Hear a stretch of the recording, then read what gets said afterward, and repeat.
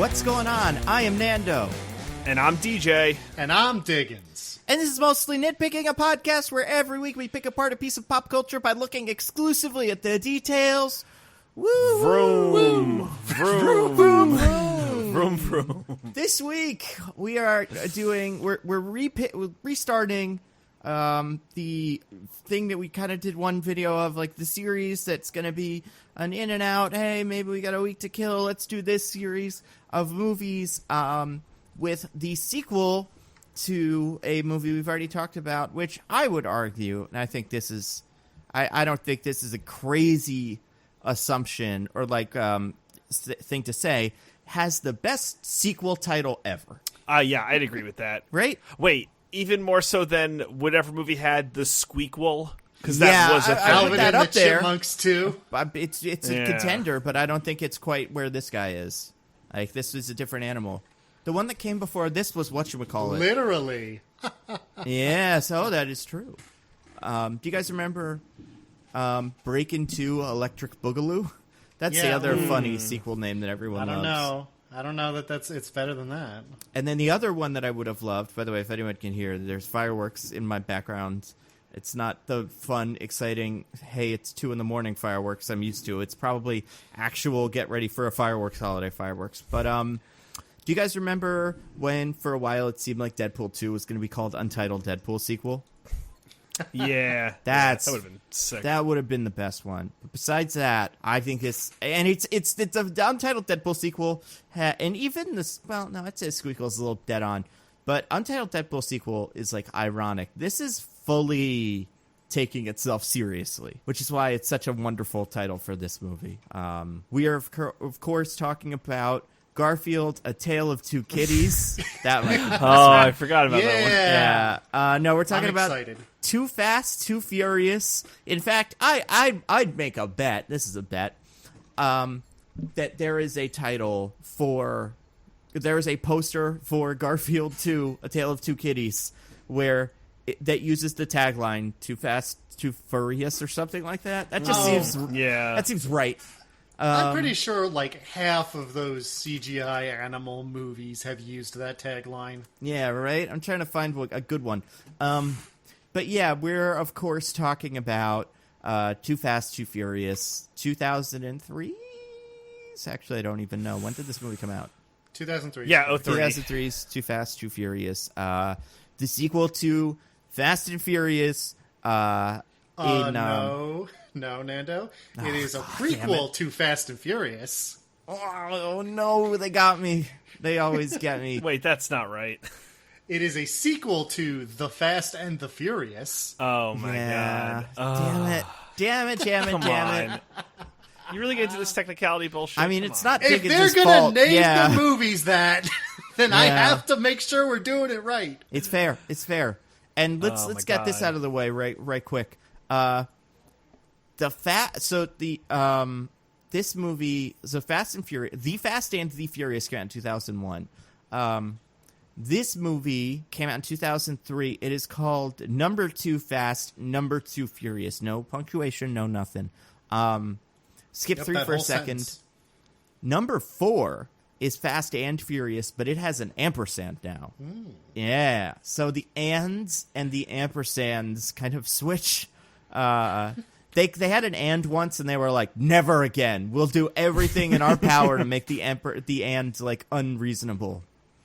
What about the third one? Did the third one have an and or an ampersand? Oh, shit. Never mind. It probably did. I just call that one Tokyo Drift, but there's probably an actual name for that movie. Let's see. Tokyo Drift is part of the actual name. So it is called The Fast and the Furious, A-N-D, Tokyo Drift. So, yes, so it was, so they used an and then they got away from it, but then they decided, let's give this a shot. Maybe that was the only condition that Vin Diesel would return to this franchise under. You bring the and back, and then he decided it was a bad idea, so he got rid of it anyway. I don't know. Does it make any sense? Probably not. How are you guys doing before we get to that? Whatever. Slowly melting in the summer heat. Yeah. Can either of you guys like breathe through your masks? Oh, it's so hard to breathe. I can't even breathe through my mask. I've developed asthma because of my mask. I am a poor. Really yes, I listen. I love. I've got some really fun masks coming in a couple of days. It took a Those while. cool Disney masks. You can get the Iron Man one. Where his face is Iron Man. I thought about it. I'll put pictures up when they finally show up on like Twitter or Instagram or whatever. But I think what we have to do is just boutique masks. Redbubble makes masks now. Everyone should get a funny mask, and they will rise up and take over in the pop culture the same way graphic tees did in the late 2000s. And that way they will become cool. Those T-shirts that are like mashing together two pop culture things in a way that doesn't really make any sense. Oh, I hate those, but yes, I have one. It's Shrobocop, and it's RoboCop holding a box with a cat in it, and it's the subheading is "Dead and Alive, You're Coming with Me." It's pretty clever. I never wear it, but I did need to buy it when I saw it. When you said RoboCop, I thought it was going to be RoboCop if RoboCop was also Shrek. No, that's probably a different one. That would be so good, though. What's Shrek's famous line that we could mash up with "Dead or Alive, You're Coming with Me"?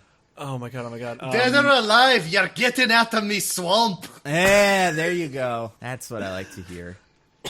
That's good. But yeah, that's good. I think everyone should go online, find a fun little mask, take a picture, send it to us, and I will do that when I have my own. We could make our own masks. I would have no. Don't think people want a mostly nitpicking mask, but we could make one. It would be the first piece of mostly nitpicking merchandise. Going straight for the masks. I mean, listen, I'll have. You go one. where the market is. Yeah. Anyway, we got to talk about this week's movie because it's a weird one. Yeah, it is. I'm excited to talk about it though. I just finished watching it a little bit before we started recording. What about you guys? Same. I finished right to watch deal the second before I hopped onto the call. Oh, very good. And have you guys both seen the Fast and the Furious, or Too Fast, Too Furious, excuse me, previously to just talking about it right now, like seeing it now? It's been a long time. I have, once again, long time. Never watched any of these movies besides 5 and 7, and I guess Hobbs and Shaw now, until we started doing this. Oh, wow. So you didn't even know that for about half a second these movies took Roman seriously. He was supposed to be like a guy that was like one of the cool guys like the rest of them. Wow. Yeah, no, I had no idea. I thought he was always Goofy Jokeman. Yeah, no, we'll touch on that because there's a couple of characters in this movie that get wildly rewritten in future movies. But by which you mean the two characters who come back. Yes, yeah. I mean the characters. By the way, I looked up some casting for this movie. This movie could have been so different. It would have been quite a mess. But we're going to talk about this movie, which is Too Fast, Too Furious. We're going to talk, I don't know, non-spoilers, spoilers, whatever. You've probably seen this movie or you haven't, right? People, I don't think there's anyone that needs to be non-spoiled for this. Yeah, and there's like hardly any spoilers if you think about it. Like, it's very straightforward, like action man movie. Yeah. And emphasis on the man. Yeah, there is. Once you're past like the race that starts the movie and like they tell you what the plot is, you're like, okay, so this is going to happen, then this, then this, then this, and you're right. That's what happens. But there's no deviation. There are bits where the character, like Tyrese specifically, I think, Roman Pierce, is like distrusting of I don't remember her character name, but Eva Mendes. Yeah, Monica Fuentes' character. And at home watching this the first time, I'm sure I was like, no, what? Why would you think she's bad? She's not bad. She hasn't done anything bad. And I think he just has a fundamental misunderstanding of what like an undercover cop does. Because he is an undercover cop in this movie and doesn't act like it, or like he seems to want to raise the highest profile and like steal things from the people to not fit in, whereas she is doing the undercover cop thing and he just doesn't get it. But yeah, that's the only thing that for me the movie wanted me to be confused about. Right. What did you guys think of this movie?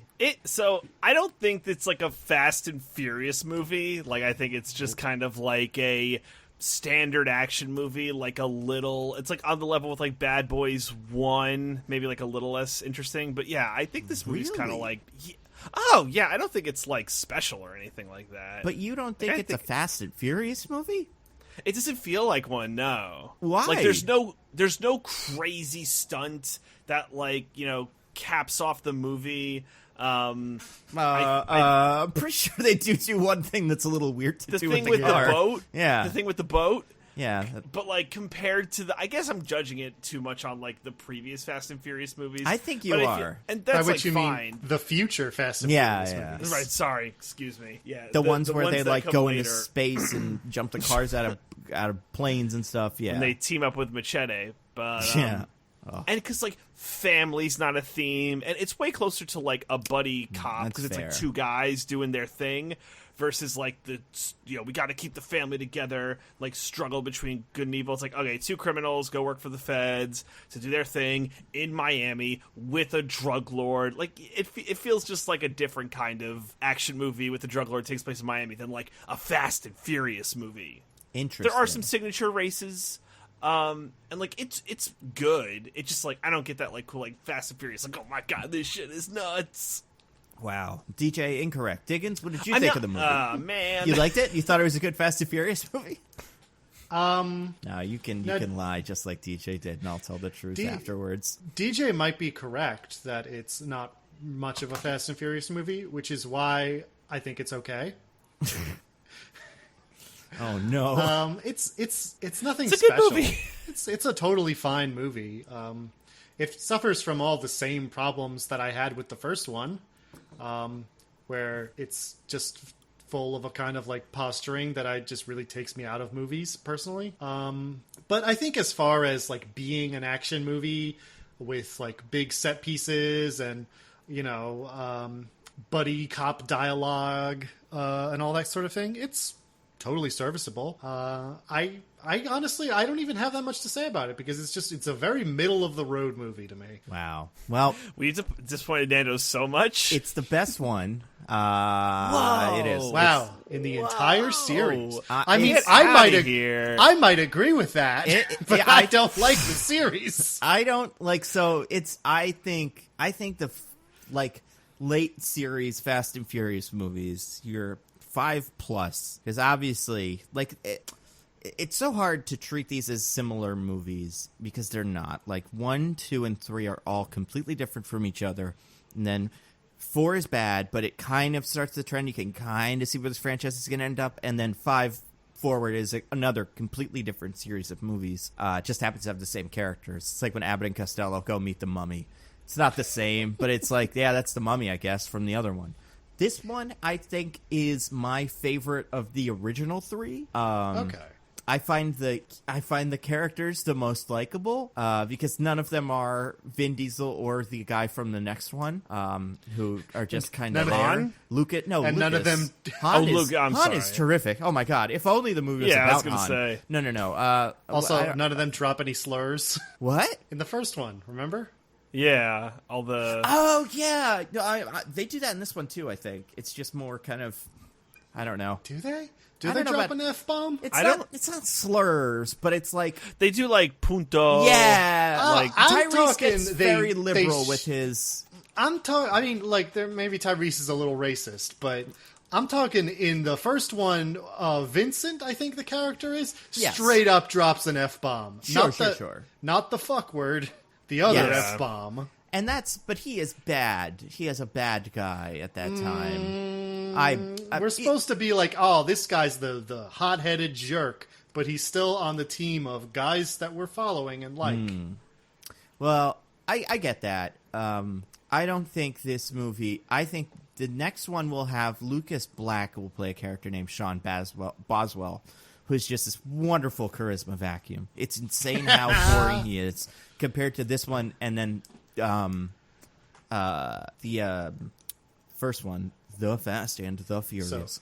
So he's like a Paul Walker type? Well, that's the thing. So I think this movie wins me on two things, maybe. I do enjoy the setting. I think the setting is fun. And I like Tyrese a lot as Roman. I think his energy is something that this franchise desperately needs, and I think that is why 4 is such a big disaster. Is because it takes itself so seriously and it's boring. But I like his I don't know. I like his energy and the spirit he brings to the movie. I can see you. I never thought about the family thing, but you're right, DJ. This movie has no family whatsoever. The family is cops and friends. It's equal parts cops and friends. The family is friends that you're mad at for the first scene you have, and then even though we kind of talk about it after that, there's no anger there at all whatsoever. Yeah, it is funny how much they get it out of the way. I mean, there's a little bit of it where it's just like he's mad at Paul Walker in the beginning for all the stuff he did to him in the past, and then in the next scene forward, all the conflict is just Eva Mendes likes you more than me. Grrr, that's not supposed to be, which is dumb, by the way. Also, it's upsetting. Also, at the beginning, Tyrese is or Roman rather, the character. That's right. Is Brian, it's your fault I went to jail. You did bad things to me, and Paul and Brian is I didn't do anything, and then the resolution is Roman going yeah, you didn't do anything. You're right. There's actually nothing. There's actually nothing Brian had to reckon with at all. He was 100% in the right. The resolution is some sort of I don't know, MMA maneuver that gets him into submission. And then he's I guess the circumstances we're in make me liking you better than not liking you. But also, it's funny because in 2020, I'm sure when I watched this, I was or 2020, excuse me, 2003 or whenever this came out, I'm sure I watched this. I was oh, God, this Roman guy. What's his problem with Paul Walker? And now in 2020, I watched this, and it's yeah, he's a cop. That guy sucks. You're right, Roman. Your friend betrayed you for the badge. No. By joining the cops, yeah. It is funny how much that is their whole conflict kind of. Is you decided to be a cop and I didn't, and now we don't like each other. And 2020, it's a different kind of movie.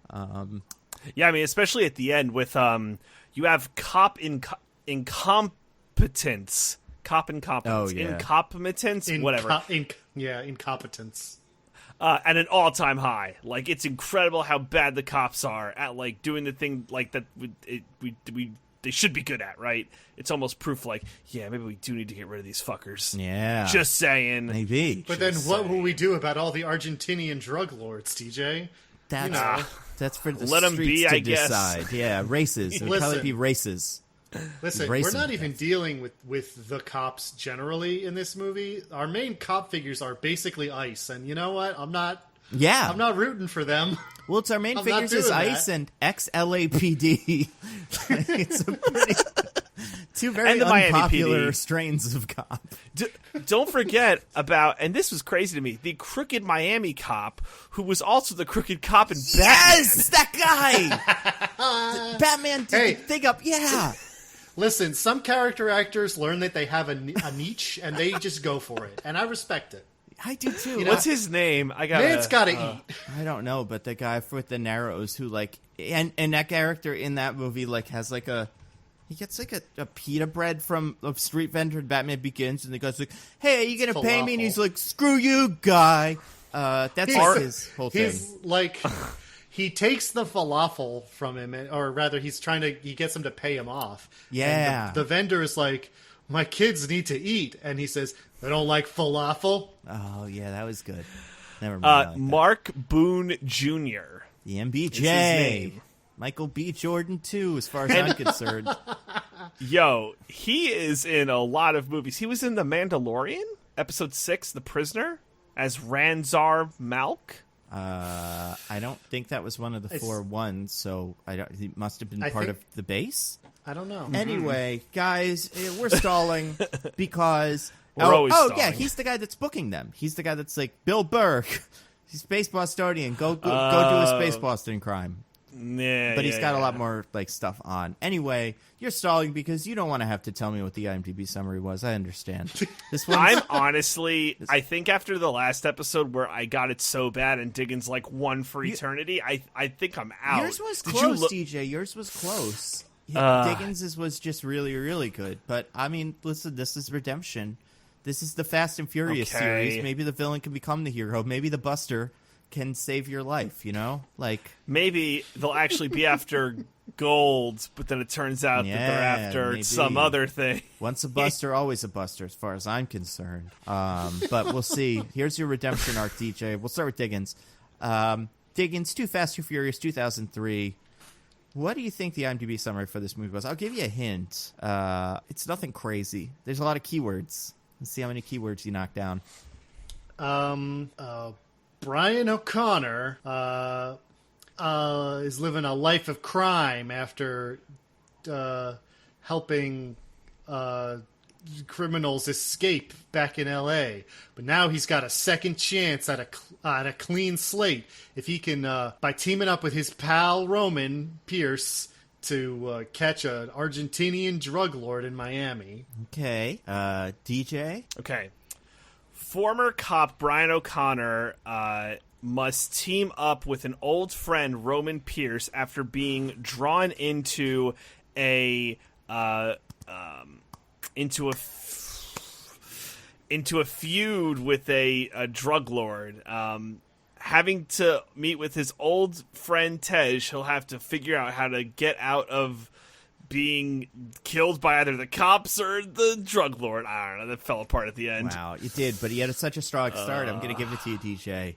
Wow, DJ, God, you're so generous. If there was a second one, I was so happy. I started to clap really, really quietly in my apartment. I know, I got nervous. So, as former cop Brian O'Connor is called upon to bust a dangerous criminal, and he recruits the help of former childhood friend and street racer who has a chance to redeem himself. That's it? Yeah. Oh, I should have just shut the fuck up. No, yeah, but okay, so here's where this one is weird. Former cop Brian O'Connor, sure. Bust a dangerous criminal, sure.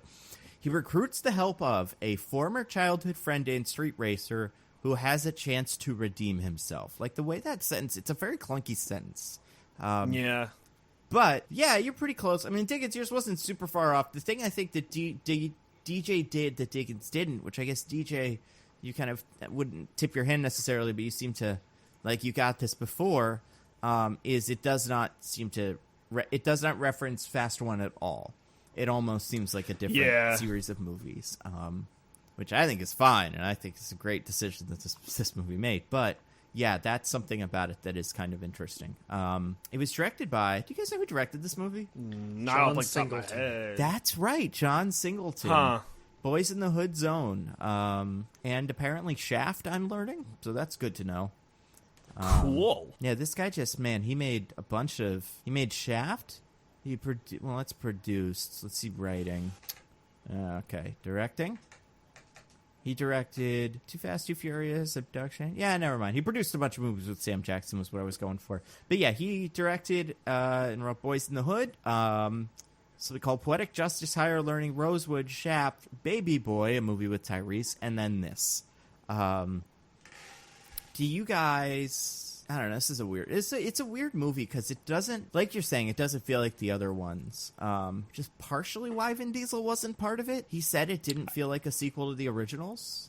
Well, wasn't he also filming Riddick or some shit like that? So what I read was it seems like he thought there was a point where he had to make a decision between Riddick and this, and Triple X, which he was also filming at the time. Like it was like there was just a lot of stuff on the air, and he was like, I guess. This or that, and what he said was Summer of Vin Diesel. 2003 was a big time for Vin Diesel. I mean, seriously, we were peak Diesel. This was post Pitch Black and post Fast 1, and the world couldn't get enough of him. He's fine. He's fine. He's fine. So what I can't tell is he clairvoyant, and did he know that they wouldn't be, like what they would turn out to be? Like, how could he have known that? That what wouldn't be what they turned out to be? He's like, it doesn't feel like a Fast and Furious movie. But, like, it's not so far different from the first one, right? Like, so, here's the weird thing about this one. They actually wrote two different scripts, completely different scripts. One with Vin Diesel's and Paul Walker's characters, and one with just Paul Walker. So, we don't even really know what Too Fast, Too Furious with Vin Diesel would have looked like, really. But, and I found this quote here... I found a quote. Yeah. So, like, I think this explains everything. In a 2015 article with Variety, Vin Diesel revealed that he turned down a $25 million offer from Universal Studios, which is insane, to return for this film. Diesel reasoned that the premise of the film did not work, stating, so, all right, we're on his side right now because premise did not work. Like, oh, no, maybe not Fast and Furious movie. This was a quote. Universal Studios didn't take the Francis Ford Coppola approach to it. They approached it like they did sequels in the 80s, 90s, where they would drum up a news story, unrelated for the most part, and slap the name on it. So, like, yes and no? I don't think that Francis Ford Coppola, like, I don't know what he wanted from this. Yeah, that's weird. The Godfather Part 2 of Fast and Furious movies? I would love to see Francis Ford Coppola's Fast and Furious movie, honestly. Hell yeah. Hell yeah. I mean, it would have been this kind of, probably. What could you do? Well, Francis Ford Coppola directs Vin Diesel in Fast and Furious. Is Vin Diesel a good actor? He might be. Is The Rock a good actor? Like, I'm being totally serious with that question, by the way. I'm not trying to be a dick. Yes, I think The Rock is a good actor. All right. I think The Rock is a good actor. I think he's a talented actor. I don't think he's like, John Malkovich or anything. Range. Yeah. Sure. So, like, is Vin Diesel a good actor? Fuck if I know, man. How do we know what a good actor is? Let's get all existential and shit. I think he is a good actor. I think he's a good actor who chooses to act the way he does. I mean, he's got no range, although I never saw The Pacifier. Maybe he really, like, opened up when he did The Pacifier. The Pacifier's fun. He's like, he's just kind of acting like Vin Diesel out off camera. Like, he's not a character actor, but God no. Well, the character is like brooding and deep voiced, and I mean, maybe if we had done an episode on Bloodshot, we'd be singing a different tune. There's always time.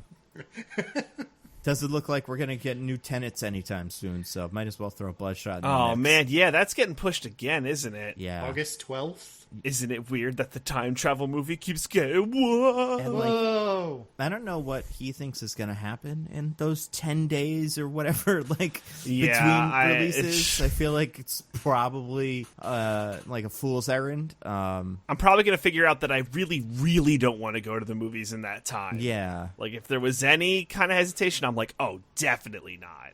Maybe that's what'll happen. I'm going to have a really hard time watching a movie where people are wearing oxygen masks, as I have seen in the trailers. There's some sort of oxygen mask situation. Where's mine? Right, exactly. In the theater, I'll have like oh, crap, they're taking more care of their actors in the movie than I am of myself. This is bad. Vin Diesel, I think he could act if he wanted to. I do. He just chooses not to. Like, why would you? Maybe. Like, if you were going to get $25 million in 2003 to be in Too Fast, Too Furious, like, yeah, you're not going to try to reinvent the wheel. I don't know. What's the best thing he's ever been in? Like, the role best wise? thing Vin Diesel's It's not like Brute, right? Oh my God, is it? Like Iron Giant, but like not really like his best movie. But he's not like his performance in that isn't anything amazing. I think his performance as the Iron Giant is pretty good. Sure. Maybe he is an amazing voice actor of our time, and we just like don't know it because we haven't been able to see the reps. Yeah, is he in that cartoon of Fast and Furious? I know he doesn't appear to be on his IMDb page, which is a shame. He was also in Saving Private Ryan. Speaking of actual movies, but he's only in that for a little bit. He's pretty much just in the one scene. Yeah. And he didn't even listen to direction, Steven Spielberg was just off camera going, "Don't rescue the kid." And he was like, "I'm improvising this scene. It's bad. He's a bad actor." Just kidding. I like him. I don't know. He's weird. He doesn't play D&D according to Joe Manganiello, and he would know. Wait, what? That's what Joe says. That's what Joe says. We all know Joe Manganiello. I thought that was his like whole thing. Joe Manganiello is like, it's all kayfabe. Yeah, kind of. Joe Manganiello is sad. like, I play D&D, and it's like my favorite thing. And I think I saw an interview where someone was like, "Yeah, I know Vin Diesel plays D&D. Do you play D&D with Vin Diesel?" And Joe Manganiello's like, I don't know anyone that plays Vin Diesel that knows Vin Diesel that plays with him. Isn't that something? Oh my God, this is like legit like blowing my mind right now because I thought that was a defining Vin Diesel trait. I can see it having been a defining Vin Diesel trait that he has given up on. He has kids. He doesn't have time. I get it. People who have kids play D&D. It's totally listen, a thing. If it's a thing that he enjoyed at one point in his life, but has since kind of, moved on and doesn't really do it anymore, that's fine. That happens. People lose interest in their hobbies. But he does kind of cultivate it as part of his brand. Yes. Yeah. And it's cool when, like, the quote-unquote not nerds, like, play D&D, because then we have, like, someone to point to, like, oh, yeah, Vin Diesel plays D&D. Yeah. DJ had that. said that many times while being held up by his ankle by the jocks at school. I did. I was like, Vin Diesel plays D&D. Yeah. Pushed Let me his go, Andrew glasses Bynum. down to nose. Your NBA career won't last more than 10 years, you ankleless fuck. Ah, got him. Oh, whoa! Come at me, Andrew Bynum. You know where I live. Too Fast, Too Furious is written by Gary Scott Thompson, who wrote the first one of these. He wrote Hollow Man, a movie that keeps coming up but never happening. When are we doing that movie? One of these days, man. He wrote Hollow Man, The Fast and the Furious, K9 PI, which is a movie where a dog and James Belushi are cops, Too Fast, Too Furious, Sweet. Time Cop 2, Hollow Man 2, excuse me, and 88 Minutes. He also wrote an episode of The Angry Beavers, a show I loved, so maybe he's actually great. So it's written by some guy, it stars a bunch of 2000s-y kind of people. Paul Walker, Tyrese Ava Mendez, Cole Hauser, Chris Ludacris Bridges, Devin Aoki, Tom Barry, who are the other two? Who are the other guys? Almarie Nolasco and Michael Ely. Those two are Orange Julius and Slapjack, the two racing friends. Yeah. Everybody else is either a cop or a racer or cool or whatever. I don't know. Or the lady. Or the lady. Well, I guess Mendez is the lady. Oh, no, well, Suki. Did you say her? She's also she's lady. a racer. Yeah, that's Devin Aoki. Oh, fair. Gotcha. Eva Mendez, does she drive a car? No, not once. She gets driven in a car by Paul Walker when they have that, like, really weird scene where he's, like, driving and staring at her and driving and staring at her, and it seems so dangerous. It's so good. You weren't a fan of that, Diggins? You didn't like that scene to do anything for you? It's part of the whole thing where I just don't think Paul Walker's very charming. I don't understand it. I really don't. His whole thing is this, like, douchebag dude bro energy that I'm just not about. No. Damn. Douchebag dude bro is everybody else. He's just like kind of a nice-ish guy. I don't know. He always read to me in these movies as genuinely charming. He's got a smile and he's like, hey, let's go do a thing. Don't be an idiot. Roman. He's got like a douche smile. Aww. He's got the like, ha ha, you're gonna fuck me later smile. Whoa. He can't help it if he's gonna get fucked by them later. It's not he that makes the smile. The smile makes him. He's wonderful. I mean, I'm just not a fan. I'm sorry. Wow. I mean, yeah, it's a little surprising. I think this movie lives and dies on his charisma and likability. Because if not for him, you really have just Tyrese and about, which is fun. But like, you need to kind of enjoy both of them to make the dynamic work at all. And I don't know. I don't not see him as like kind of he's. You know, he's not Mother Teresa or anything, but he seems like I don't know. He's got like his whole character for me feels like he's always got like the chip on his shoulder from that one time Vin Diesel beat him in a race, and he's always been like, oh, I gotta raise the stakes and whatever. But I don't know. He's always smiling and nice about it.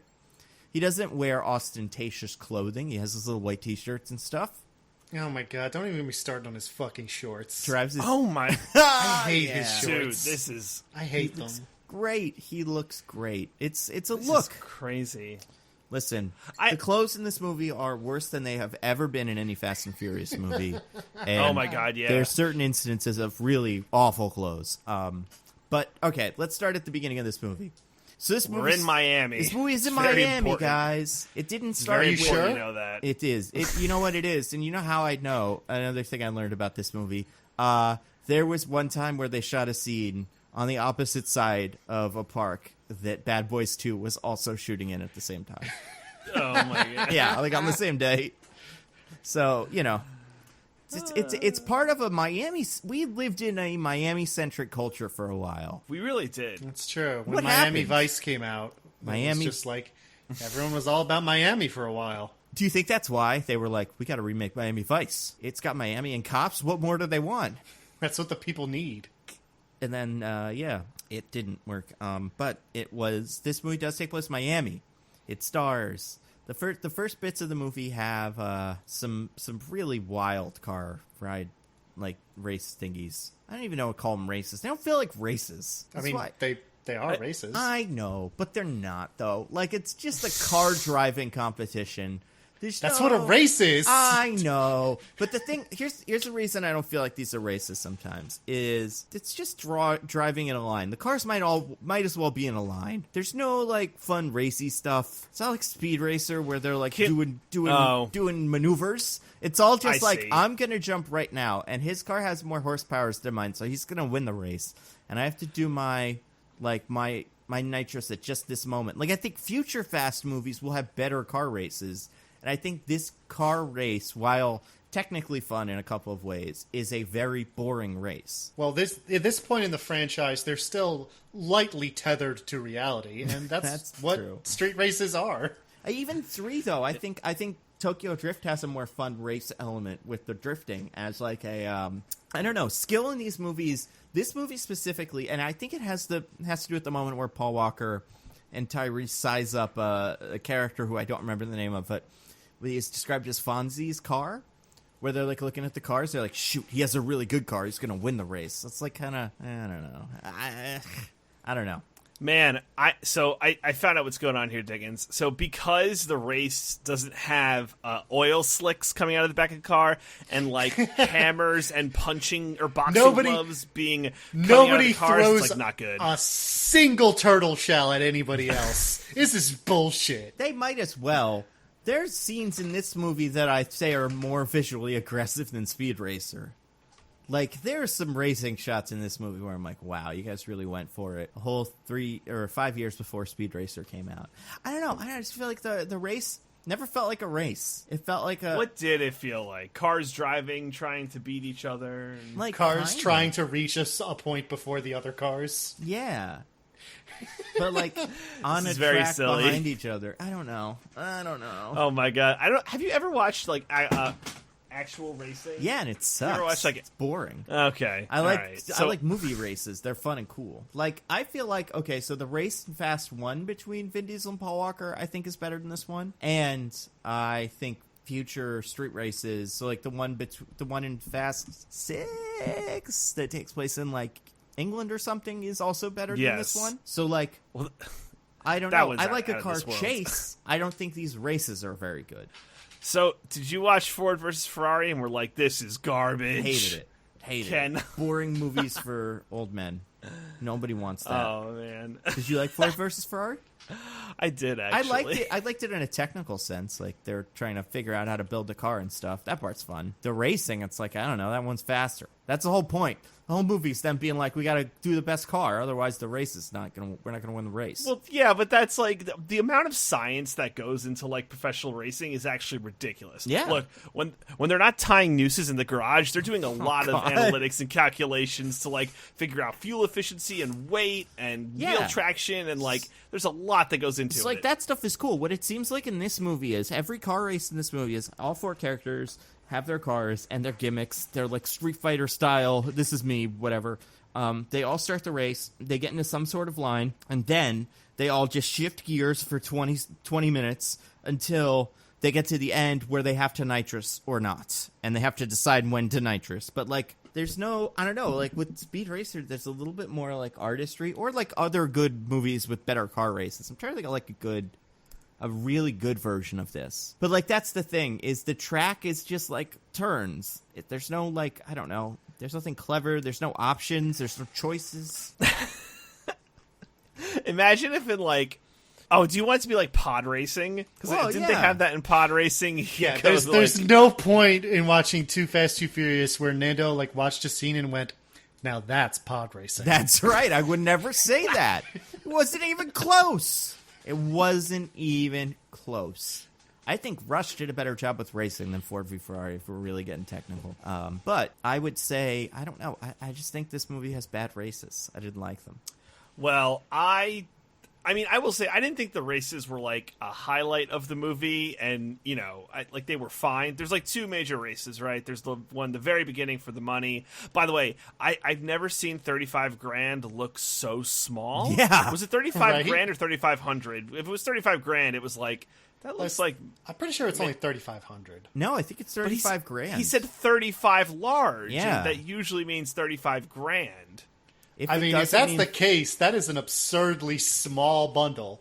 But I'm pretty sure when Brian wins, Tej goes, "Here's 10 for you," which doesn't make sense if it was 35 grand, but makes sense if it was 3,500.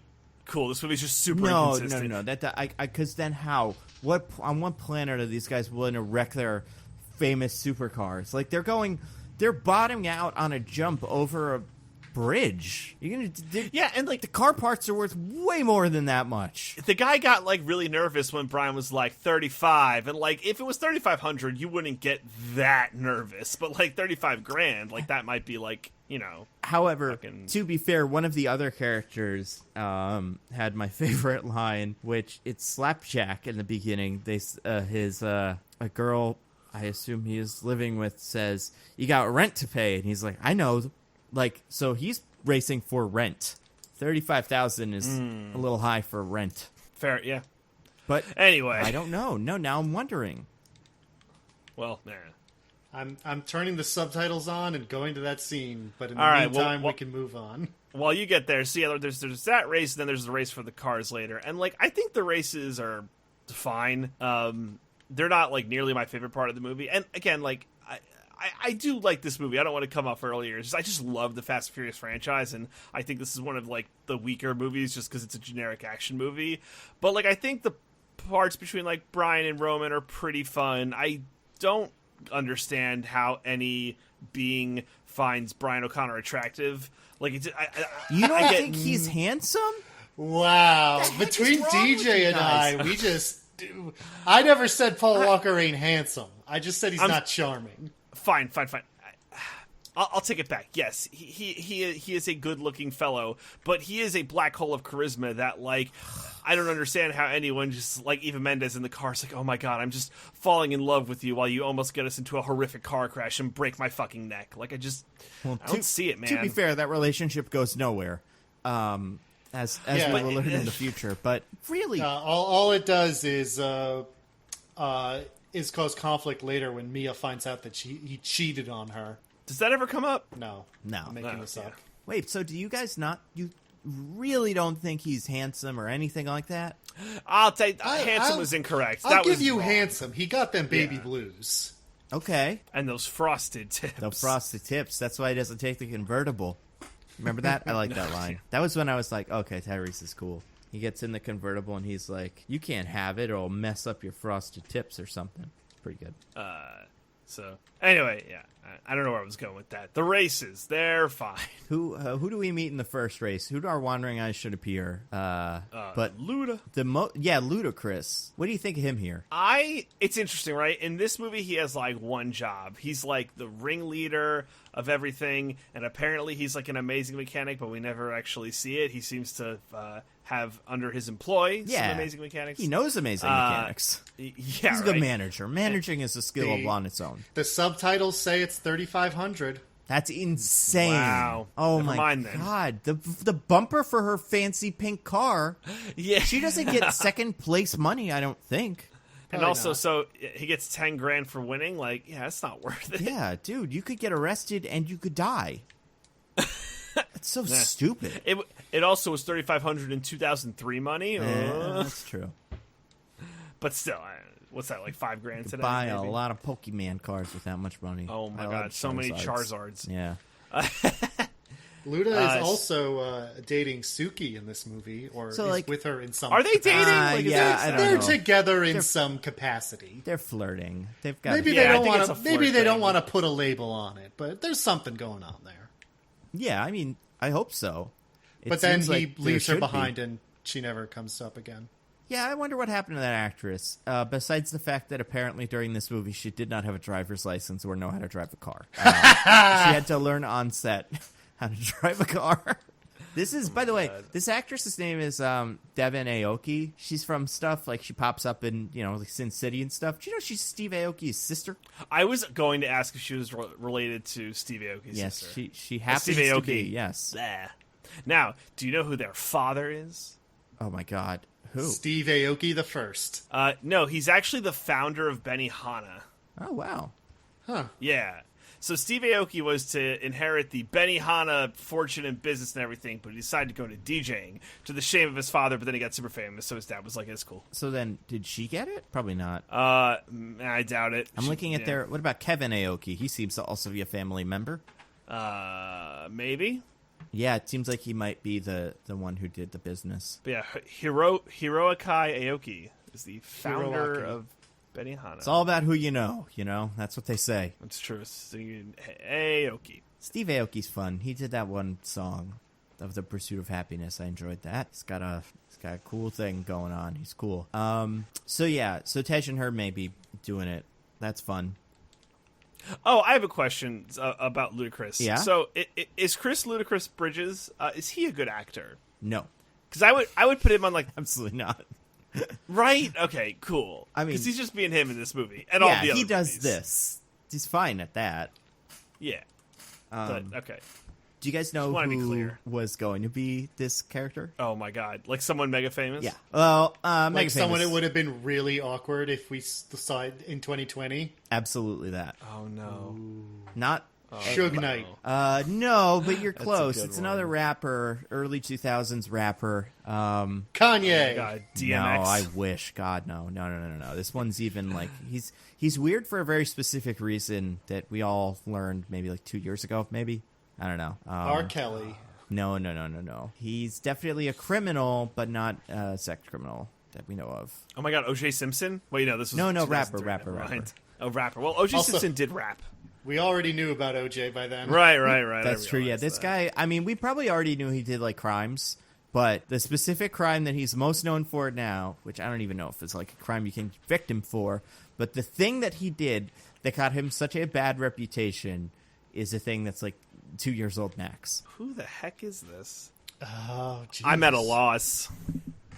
I feel like you may be overestimating my knowledge of rappers. No, you know this guy, and you know this about him. I guarantee it. He... Tekashi 6ix9ine? No. He's an early 2000s rapper. Like, he's been around for a while. His career obviously taken a nosedive since. Ice Cube / T? No. But you're on the right track. Flava Flav? No. Early 2000s. Like, like the... I don't know if he was like in G Unit. I don't think he was, but like those kind of guys, like that. Oh my God, 50 Cent? No.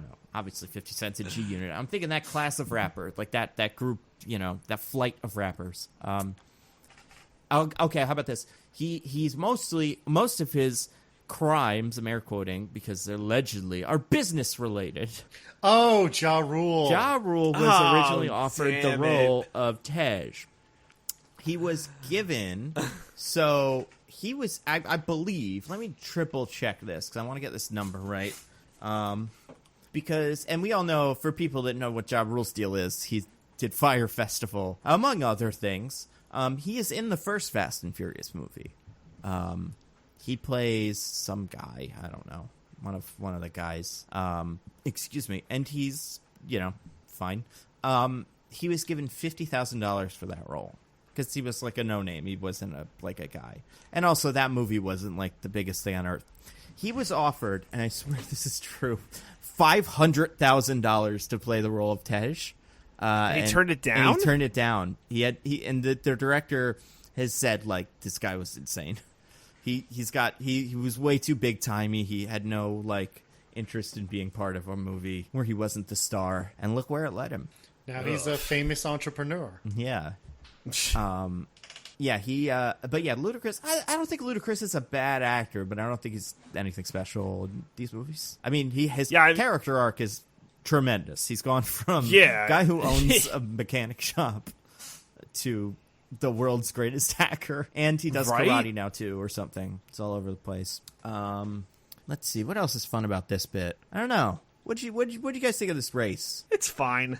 Yeah. I Brian's going to win because he's the only character we already know. Well, and none of these surprise pretenders are going to like, oh my god, Suki won. Well, and the race gets segmented immediately into 2 and 2. So it's like, well, Brian's going to win his bit and he's getting first, and then I guess Suki's going to get second.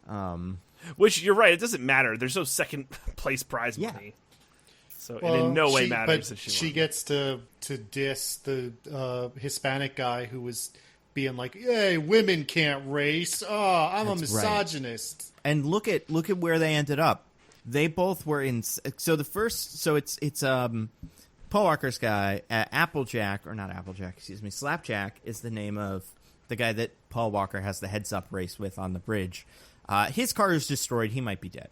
I don't think he died. No, yeah. We see him come out of his car later. He's fine. He could have internal injuries. We never know what happens, when he gets home. Neck. But then the other two, Suki and God, I had it before. Whatever that guy's name is, Amuri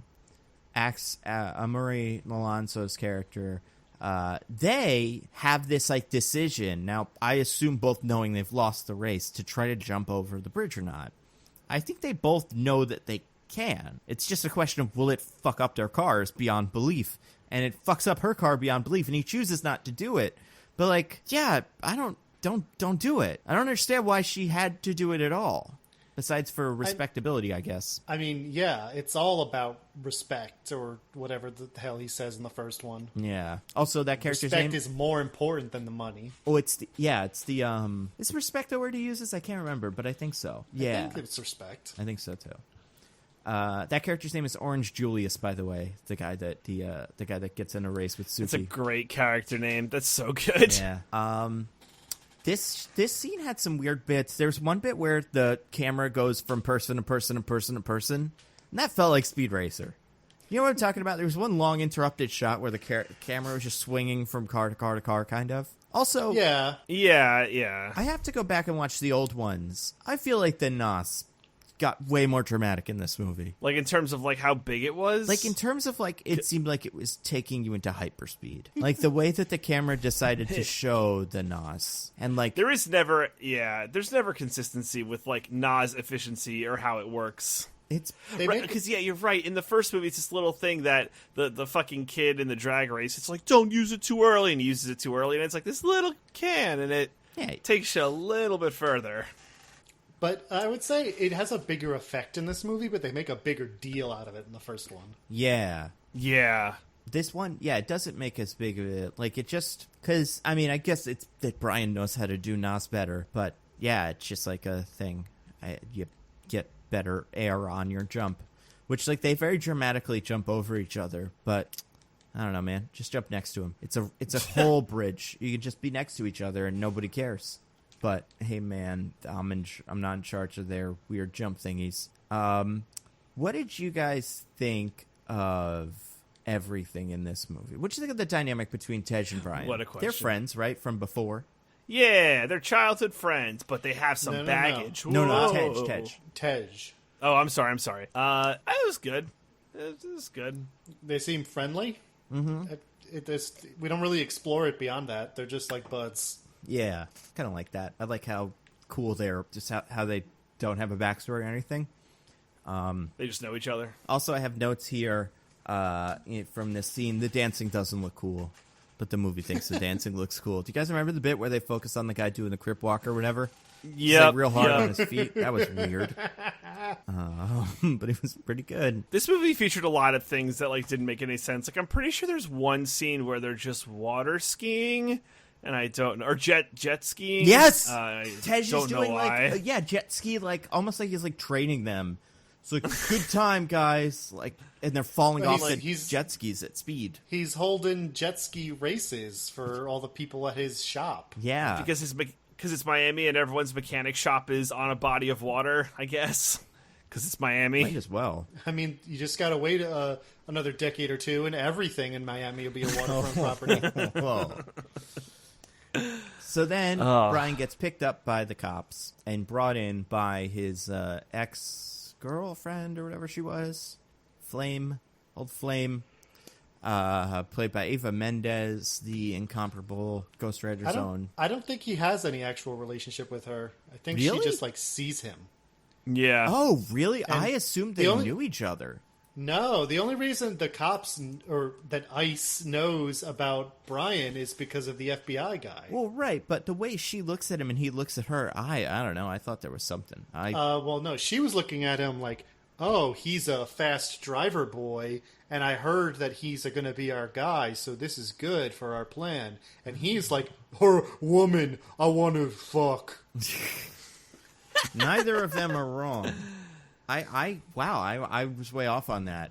But so then she just immediately, because that, I guess maybe in my brain, I needed a reason why she didn't why there wasn't some sort of thing, actual love triangle between Tyrese, Paul Walker, and her. And in my brain, I was just like, well, they must know each other, and Tyrese is jealous. But she just immediately was like, this guy sucks. Paul Walker's cool. I want to hang out with him. She's like, there's something that's different between Paul Walker and Tyrese that makes me like Paul Walker more, but I can't put my finger on it. It's probably Roman's bad jokes. That's got to be it's it. all his his bad jokes. That's the funniest thing about him, as we all know. Yeah, it's true. The forehead. Oh, yeah, you know what? It's that he's bald. Yeah. Okay, so then he gets brought in to do... Paul Walker gets brought in to do undercover stuff. He's going to take down a drug lord because we're in Miami, and the only bad guys can be drug lords because Miami. Hispanic drug lords, DJ. They must always be Hispanic. True. Miami. We got Carter In fact, Verone. the fact that he's Argentinian and not Cuban counts as a show of enormous restraint on their part. Yeah. Wow, I didn't even think about that, but that's a great point. Mm-hmm. Otherwise, though, he might as well be from one of the Bad Boys movies. Like, this would be where they would cross over. Oh, my God. The same criminal shows up in both. There should have been a scene where Will Smith and Martin Lawrence just, like, run into Brian and Roman. God. Like, oh, hey, guys. That would be so I think we can all agree here that Carlos Verone is no Johnny Tapia. No, not even close. Oh, God. I don't think Verone even has, like, a cool mansion or hideout or anything. Oh, he has a mansion. We go to his mansion. We spend most of the time on outside. Like, it's like... Right. But, I mean, if you exploded it, it wouldn't be nearly as exciting as Johnny Tapia's place. Yeah. Also, like, he's bad. I don't like this character. I don't think he's interesting at all. His thing is just like Brian and Roman like do something to piss him off, and he's like, "Ha ha, I like your style." Yeah, and like that's it. That's all he ever does, except for the rat scene. They're just so. Oh my God, the rat scene! Nowhere. I love the rat scene. So okay, you know what's? Yeah. Yeah. No, go ahead. Go ahead. Well, it's good stuff. It's all good. DJ, you had something to say. I was just gonna say, so weird, like not payoff thing, but so Roman has his like bad boy interactions with Verone, and he's like, I got a problem with authority, ba ba ba ba ba, and he has this bit where like one time he steals his cigar cutter, right. And then it comes up again like a second time where he like tries to go steal it again. And he's like, hey, stop trying to steal my cigar cutter. Then it never comes up again. I thought he was going to like, this is so dumb, but I thought he was going to like at the end like kill the guy with a cigar cutter or like chop up a finger and be like, yeah, my cigar cutter. I guess a reference to that comes up at the end of the movie, but like nothing with the cigar cutter. And I thought there was going to be some kind of payoff. I mean, that would be funny. Ooh, fun, a car alarm outside. I don't know if you guys are getting that. Yeah, it's some good car alarm. It's just weird to bring up twice and then never again. It's like Suicide Squad with Captain Boomerang and his money that is also a unicorn, and you're like, well, it's definitely going to be a unicorn, and then it's not. It's money. I guess the place for that would have been it was hidden under his shirt. Paul Walker and him both had things hidden under their shirt at the very end. Paul Walker reveals a bunch of cash, and he's like, also, I got the cigar cutter. And it's like, okay, cool. You helped. You were part of this just as much as I. But, yeah, that is funny, because it is crazy. Like, I don't know what do you think... So, okay, so they're like, you need to do a infiltrate, and you're good at the infiltrating, and we got Eva Mendes, she's going to help you infiltrate. You know cars. We got this guy, this stiff from the office who also knows cars. You and him can work together and do the infiltrating. And then that guy is too much of a stiff. He doesn't know cars. It's pretty good. Yeah, all he knows is, like, criminals are bad. Why are we working with criminals? Fucking He knows criminals. the size of... He drinks a big old soda, and that's the test. It's kind of funny because in the first movie, the FBI guy was like the unreasonable bad cop, and now he's the reasonable good cop, and ICE is the bad cops. That's true. There's nothing you can get from this besides just the cops. They knew. Yeah. Oh, I think this movie is like poster child for defund the police, man. We don't need police. We get our street patrols and the street racers and just have Ludacris run it. Everyone seems to like him, and it's very respectable. The Fast and Furious franchise posits that we could eliminate police and replace them with instead roving gangs of street racers with hearts of gold. No, but like for real, right? And the system would function just as well. Right? It's amazing how, like, at the end, like, the street rangers just come together to do an impossible task, and there are no consequences. I think Tej gets a ticket. He does. He's written it. Yeah, they are both written a ticket or something. Even though he's like on the phone talking about like, I deliberately conspired with criminals fleeing the police, and they're like, you're getting this speeding ticket, mister. Right? See, they're incompetent. We don't need them. Get them the fuck out. So then Brian decides, well, maybe I can talk to my friend. I'll get my friend involved in this. And it is Roman Pierce, played by Tyrese. Now, I loved him in this. He's my favorite character in any of these movies. I don't know if this is the best movie he's like.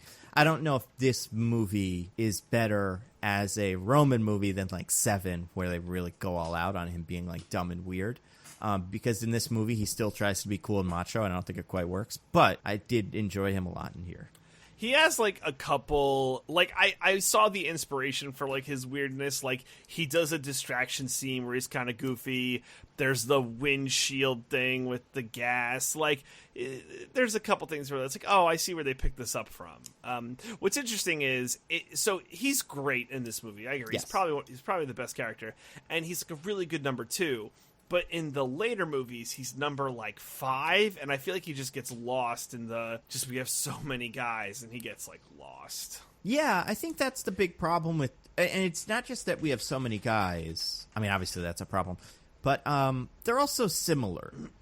And then he is so clearly different. Like, you could write kind of an Ocean's 11 scene and just put all of their archetypes on the board and just be like, okay, so this one, he plans the crime, he does the technology, he's the one that sticks into the thing, car, money, actor, whoops. Whereas with this, it's like, strong guy drive car, strong guy drive car, strong guy drive car, tech, girl, strong guy drive car, Tyrese.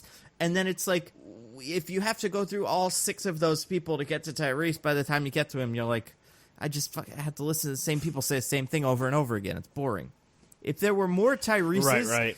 The thing with Tyrese is the goofy, Buster, if you will. You can have different versions of that guy, and they work well together. Whereas different big strong guy that drives cars, just like don't. There's no value add after the first one.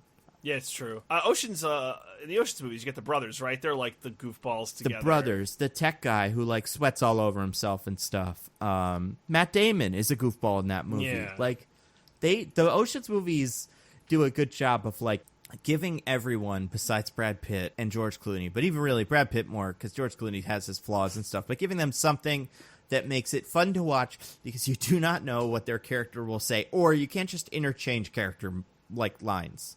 The dialogue is specific to the character. Whereas in Fast and Furious, there's like 4 characters that are characters 1 to 4, and their line is just them all explaining a thing to each other. Like, we need to put this on the wheels. We don't have that kind of time. I know about an auction. And they can all just be the same guy. It can be one person saying all 4 of those things. But then you get to Tyrese, and he's the one who's like, guys, this idea is crazy. Cars can't fly. And, like, that's why he's so great in these. He shoots a harpoon to the wall and be like, what? I was trying to get to the vending machine. Talk about fucking harpoons in this movie.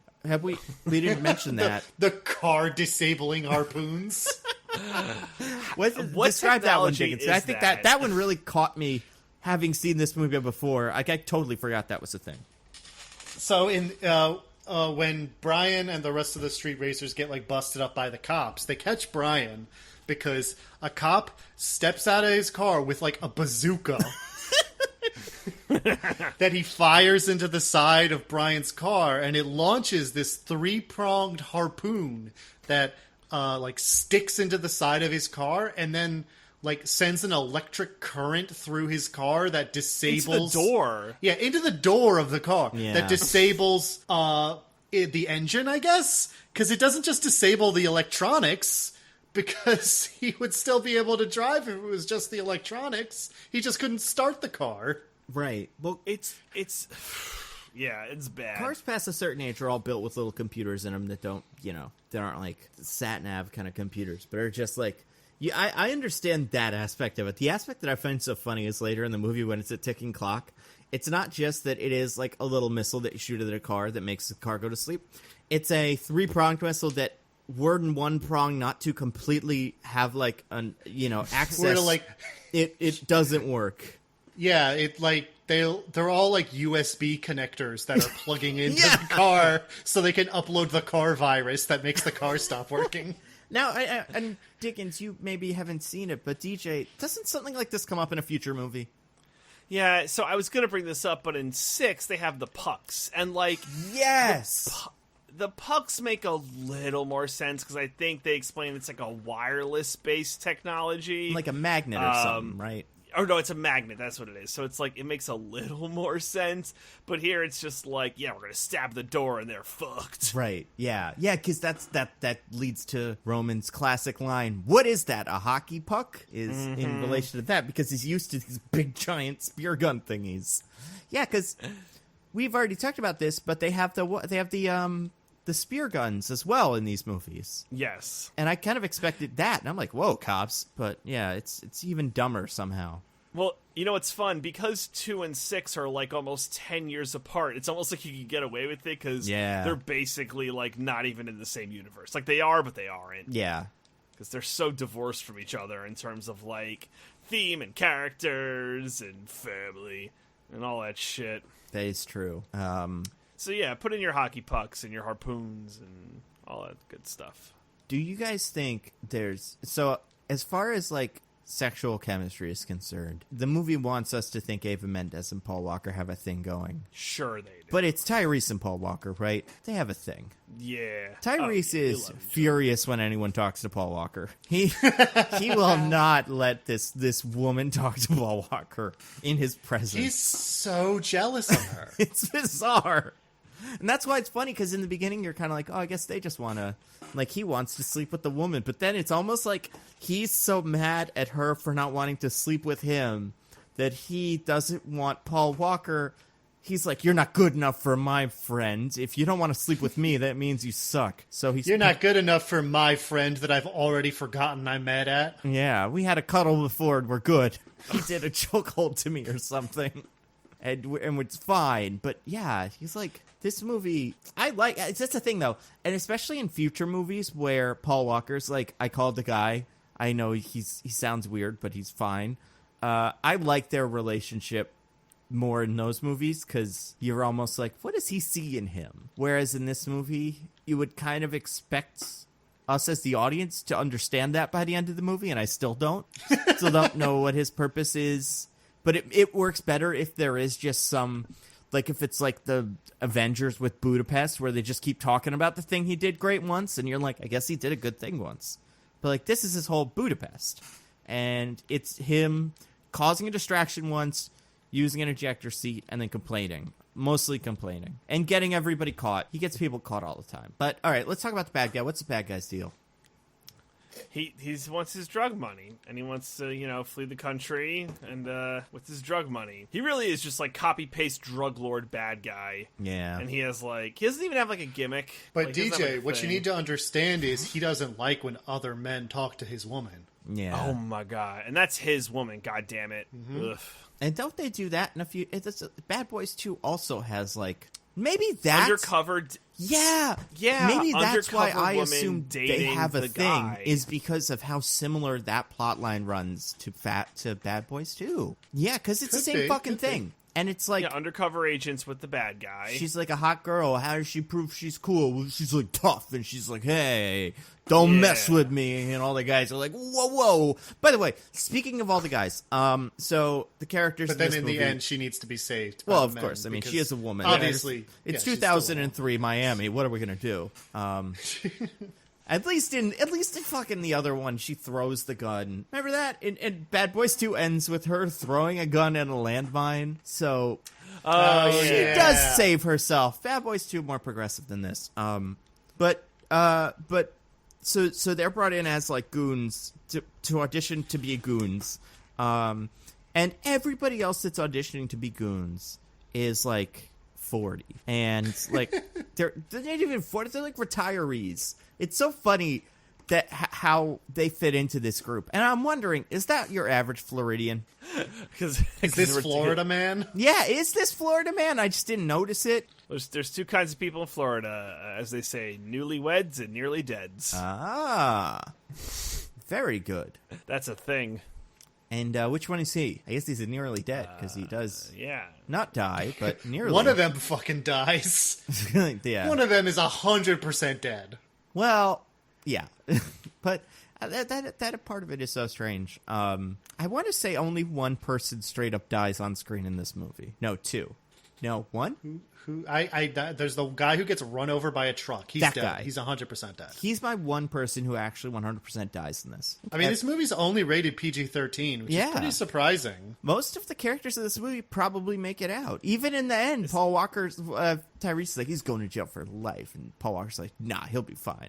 And then Tyrese is like, whoa. So, like, yeah, most characters make it out of this movie. Do you think the villain of Fate of the Furious is going to be... is going to turn out to be Carlos Verone? You mean Fanine of the Faninius? Oh, sorry, Fanine of the Faninius. I would die if it was a triumvirate of Super Brother John Cena, what's her name from Cypher from 8, who we do know is in it, and then that guy. Like cyber terrorist, super spy, and moderately like a successful drug lord. Well, it's like you've got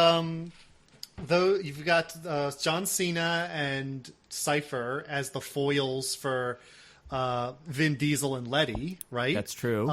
And then you need a foil for the third most important character, Tyrese. Yes, that would be great if like they just brought him in as a mini boss to keep Tyrese busy. It's like, yeah. Oh my god, so great. And then they could get the cigar cutter. They could somehow bring the cigar cutter. Are they gonna back cut to off Tyrese's dick with the cigar cutter? Please, please. That would be so funny. So Brian and Roman get the job. They do a cool race. The race is like an unnecessary race, but it's still to prove how cool everybody is. It's a job interview. It's an audition. And I feel like this is a better race than the first one, because at least there's kind of like danger. Because at least someone dies. Right, yeah, you have an option to weave in and out of a thing and like do a thing. Whereas with the other one, it's just like, I don't know, everybody drives as fast as they can until their cars explode or they make the jump or whatever. But also, yeah, Paul a dude Walker gets crushed. Does some hot dogging. Now, okay. Yeah. If you are the truck driver who crushed a man in this movie, it does not appear that guy stopped. That's so true. I really tried to find him in the road beyond that scene, and I can't. But if my best guess is he took the next exit and like just sat and cried for a little bit. I hope so, or else he's a psychopath. It's very unclear. I mean, maybe truck drivers he's probably like up on pills and just, this is hour 25 for him. Yeah. Probably thought it was like a deer. Like, oh, what was that? Yeah. Oh, what was that? Another just another piece of paper or a passage or like a sedan. They just come out of nowhere. And so compact. And then also Roman does he does good driving then, because this is also where him and Brian realize that the movie is kind of boring. So they're like, fuck it, we have to race each other too, I guess, to make these races interesting. And the races are kind of fun. I like their cars. The movie briefly remembers then that they're not supposed to be getting along right now. Yes. It doesn't last very long. At each other. It's like, how do we know? How do we know, guys? Let's ask you questions. erase Too Fast, Too Furious from your mind. You got two men, right? We're in a movie. Any two men, American men. That's probably helpful.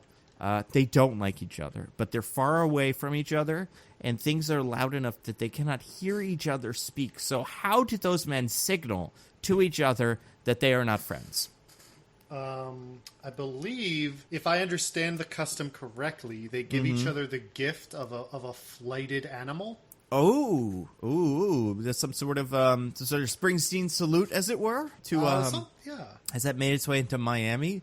Because I remember when I was 12, and people did middle fingers to each other, and we were like, "Whoa, that guy's a fucking badass." I've never seen it done past that and been like, "Cool." That guy's serious about this. I thought we were just fucking around when he was clearly cursing at me with his mouth. But now he's like, and they're like doing it at each other. Like they're doing middle fingers at each other like they're 10. Yeah. It's like, fuck you, no, fuck you, no, fuck you. It's pretty cute. Honestly, it's more flirting from those two. Well, they do have a big sexual tension. So much. They really need to just shut up and kiss. I know. How many movies? How many movies? So let's say we're at Fast 9. Obviously, Hobbs and Shaw was in there in the middle. So like there have been 9 Fast and Furious movies, the 10th coming sometime in the next 50 years. How long do you think we get before some of the guys in it just kiss? Oh, man. Never. 20? They're never going to. Yeah, it would feel like a new character, right? Like, oh, we now have the gay character. It would have to be I think it would be great. I would love it, because there's some characters that are like not like non-sexual, but like Tyrese. We have never seen Tyrese with a woman. Not that you can't have, not that he can't be bi either, but he could just. We have no reference for him besides he takes women to Las Vegas and gives them coupons because he has. I was gonna say the ladies in the plane. That's as close as we've ever gotten, and he fights over girls with Tej, but always loses, and then he doesn't care. He gives up because he's really only interested in Tej at that point. I don't know. I think, can you imagine if in 2010, like they took a really brave stab at something? I mean, it would have been great. It would have been amazing. Would have lost my mind. Actually, you know what they could do, and I don't know if they would ever do this, but they could I have a really weird question. No, we're just going to let it go. We're going to let it go. I mean, if the question was, have two women ever made out in these movies, the answer is for sure. I have a feeling in the first one. I don't think there's any chance that in one of the beginning races where everyone's wearing like 2-inch miniskirts and thongs that there wasn't some sort of girl on girl something. So to be fair, these have been the progressive movies since the beginning. Would it be bad if one of these movies like retconned a character like to be gay? I mean, they could be like, figuring stuff out. It could be all over the place. It doesn't matter. Yeah, it depends on how it's handled. Yeah. If they're genuinely, figuring out something new about themselves. I mean, that happens. All right. I think you could really play a really super macho angle with Tyrese, where he's like, you know what? I thought about it, and I've watched enough Bad Boys movies to think I knew what a guy was supposed to do, and I was wrong. And now my one true love, Han, exploded, but oh my God, he's back. Things have changed. What about The Rock? You don't think The Rock could be like one of those characters? Well, he's a total non-sexual entity because he is supposed to appeal to every single person on Earth. If anything, I think this is kind of like losing a fight where it's written into his contract. The Rock is not allowed to fuck. Yeah, and it's almost the same with Vin Diesel. Like Vin Diesel he's with Letty and they have like a relationship, but it's just like. It's almost like a business relationship. They like shake hands and then go to a Fast and Furious. The only two characters in these movies currently that I think are actually sometimes doing anything together are Ludacris and whatever her name is. I already forgot. Not Roman. What is her? Not Roman. Ramses. Those are the two they have a relationship. It is laid out and it's stuff. But all the rest of them are just kind of around. Like, I can't believe he would betray Suki like that. Well, but Suki, again, that's implied. I guess Han and Giselle, but they exploded as well. They kiss. Don't Suki and Ludacris kiss? Oh my God. Do we see it? They kiss Bridges at each other? That was yeah. I mean, red leather, yellow leather. All right. Don't they kiss? I don't remember. But it's Miami. DJ. That's how I thought when he's like very early on after Suki totally ruins her bumper, he goes, hey, girl, you got to bring that car in so I could check out that front end. He says that to her, and she's like, or she... Yeah, and then does she kiss him or something? Maybe, but I don't remember I thought they were just flirty, but then, like, they show up in every scene together, and they're both all over each other every time, where it got to a point where I was like, I think they're actually just together. Yeah, listen, I think the movie left enough deniability that Ludacris, were it not for his relationship with Ramses, could go in any direction, and I wouldn't be surprised. I mean, it's still, like, they could do literally anything. It's 2012 or 2020. It's one of the 20s. I mean, they're already in this movie. Paul Walker is cruelly betraying Mia. Yeah. They might not be together. Oh, they're not together because they broke up after the last one because of they never broke up. They never broke up. They never broke up. They broke up. Just wait. They never had the conversation. Show me the conversation. You moved to Miami abruptly out of nowhere, is the relationship is over. Only because you're fleeing the law. Diggins, have you been ghosted by a lot of women that have moved to Miami abruptly out of nowhere that turned out to be cops? Because that I hate to tell you, but the relationship's over. Honestly, like half the people I've met put those candles dating. out. Damn. Yeah, they're all undercover agents, Diggins. Oh my god, you probably could have gotten a job at this point. Honestly, I mean, they might recruit you. Then I'd have to be a cop, and who wants that? It's true. Yeah, true.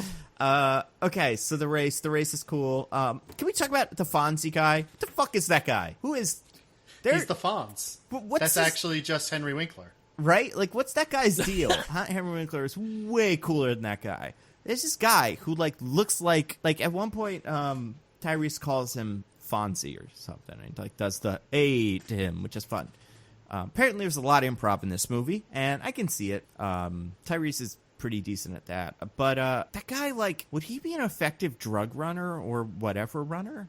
He doesn't really fit in. He's in. I don't know. He's kind of inconspicuous. You pull him over by the side of the road, and you're like, well, this is like somebody's uncle. Yeah, right. Yeah, he can't run drugs. Got to get back to that place where they do the Pulp Fiction dance before everything gets crazy at rush hour. And why do they race? I can't remember. They just need more cars, I guess. Is they have a fun race? Yeah, they need 2 more cars for later in the movie. For secret movie parts. That's a lip. Yep. Payoff for later. Although it turns out there were many, many cars available. Right? Yeah. Just take one of those. They do allude to the fact. So they get the cars from the government, from the ICE, and he takes them to Tej, and Tej is like, check them out. Or Tej's mechanic, whatever. And then he tells them, oh, they're super GPS. Like, if you sneeze in the car, they'll give you a tissue. So it seems that they're trying to get cars that are not being traced by the government. Right. So we get kind of that hinted towards. And then, so then they get these 2 cool muscle cars, which I like. Where do we stand on cars, guys? There's some. I like them. I like cars. What kind of cars do you like in this movie? Cars, bad. We got a couple cars, right? Paul Walker's going to drive the Skyline. That's his main car. His whole thing, him and Vin Diesel have this big, American muscle versus imports kind of thing. So, body kits and these. I think the Skyline is not hideous, but it is a very ugly car. Roman drives the Spider. It's not great. I don't love it either. It's a Mitsubishi Spider, but then later on they get the American muscle cars and they are cool. And I'm kind of like, why did we even bother with these other cars? The muscle cars are the ones they win off of. Yeah, Fonzie those and are they're the best ones. Those are the cool cars. They are the cool cars. The government cars suck because of government. But Paul Walker brings the Skyline to his first race. The car he shows up in, I'm pretty sure, is the Nissan Skyline, which is his big. Yeah, how come he never uses that one again? I don't know. Oh yeah. Apparently that was. Oh, hold on. So I did learn this. That was the art department director's car they used for that. It was planned, but I'm gonna try to find the complete trivia bit here, but that was something that they found a cool looking car on set and we're like, that guy's car is good, we'll do that. But Yeah, the first car Paul Walker drives in the movie is in fact not his own racing car in real life. Instead, it belonged to technical advisor Craig Lieberman and was repainted for the movie. It's true Walker had a love for street racing, but did not personally handpick all of the racing cars in the movie, as often described. They were first picked by Universal, and some decisions were made by Lieberman and the other drivers.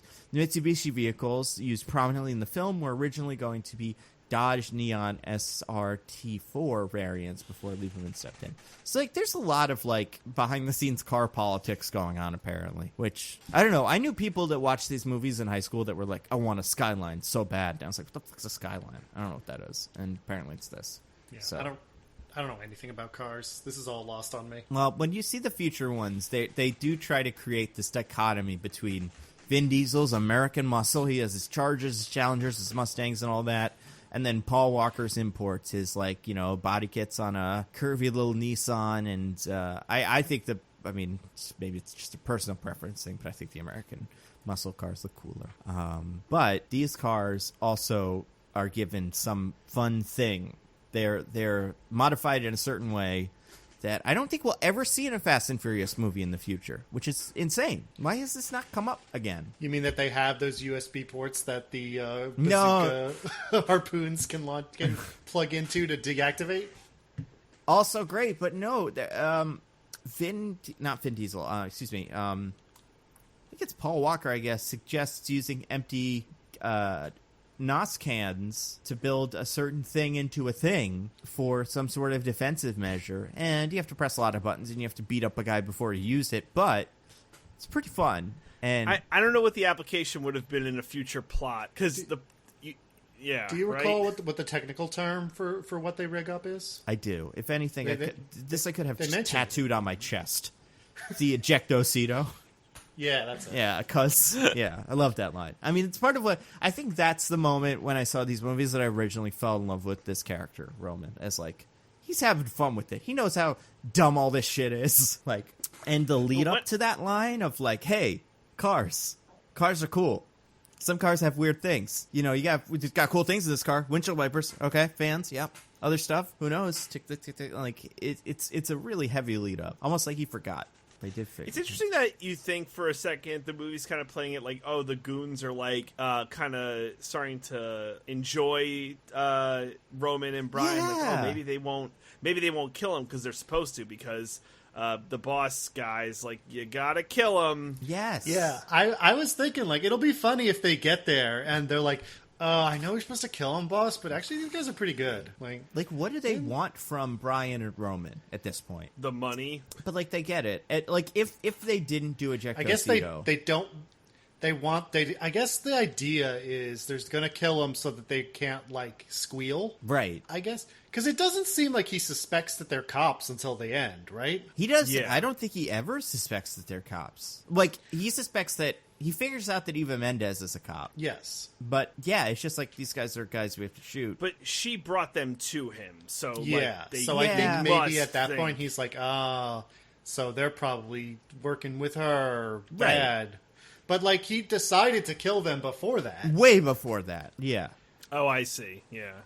So, yeah, he's just going to kill these drivers. Like, that's not how you manage. It's weird. He needs drivers because his goons can't drive. At least one of them right. can't. Like, and I get it. Driving's not easy. But, like, it's not super hard if you're not doing it defensively. Like, right. Wouldn't you just want a person in a normal-looking car driving away from a motorhome? Why do you have to get the fastest, purplest supercar on Earth and use that to evade every cop? Eventually, something's going to give. Like, there's limits. Yeah.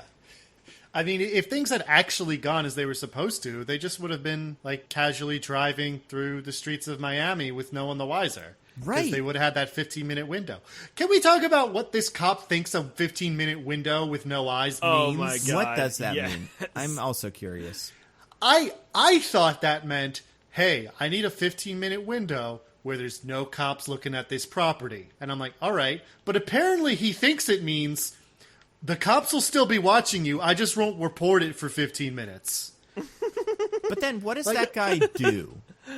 Well, then he decides that he can't live with that, and so he reports it anyway. Like, and like, apparently it worked. Like, I know he had the rat bucket thing, which we need to talk about, but, like, there were no consequences for him, like, ratting out the drug lord. Or, you know, well, yeah, because the drug lord's going to prison. Yeah. Right, but that seemed like it would have happened. If things had worked out better for him anyway, then presumably he would have, you know, been able to do something to him. I guess, but how many guys does he have in his employ? Like, 3? Like, he can't do whole, like, murder thing coordination. Especially when you get rid of what's-her-name, Eva Mendes. His crew is tiny. Like, yeah. I don't know what his... Like, I would assume... I don't know. I mean, I'm trying to think of the best movie I've seen that's actually dealt with this. But, like, what it takes to run a criminal empire. And honestly, Bad Boys 2 seem to probably get it closer. Where just Johnny Tapia does have a humongous enterprise of people that work for him. Yes. And it's tough to...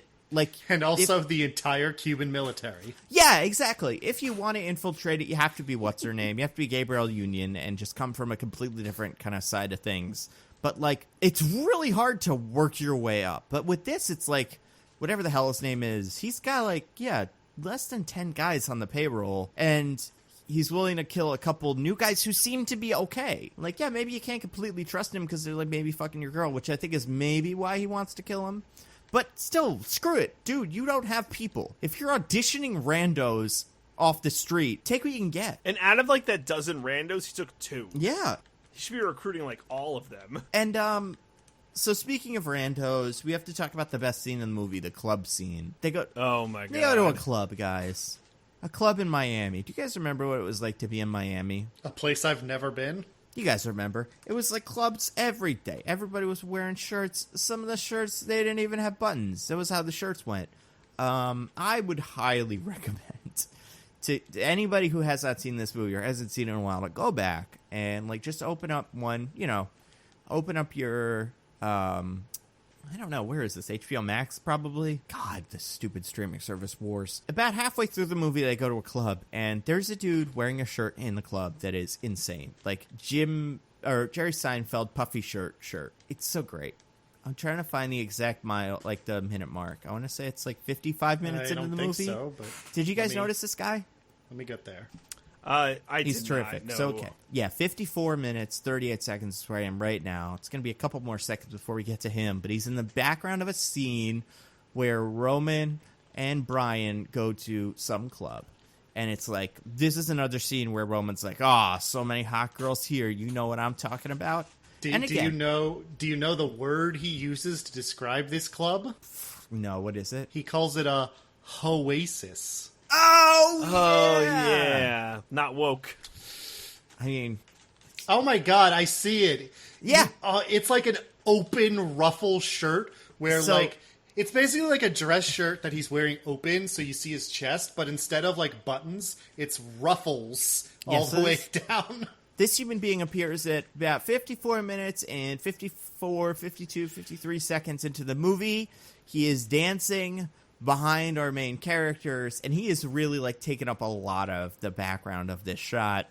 Dancing is a charitable description of what he's doing. Whatever he's doing, his extra is loving it. It's working. Like, he's having a ball. And also, Eva Mendes is wearing, like, a shirt with a bra jumping out of the shirt. So her outfit is also strange, and that's what made me... Because I honestly watched this scene earlier today, and I was like... Oh, man, she's wearing a crazy shirt. Why did we stop wearing those shirts?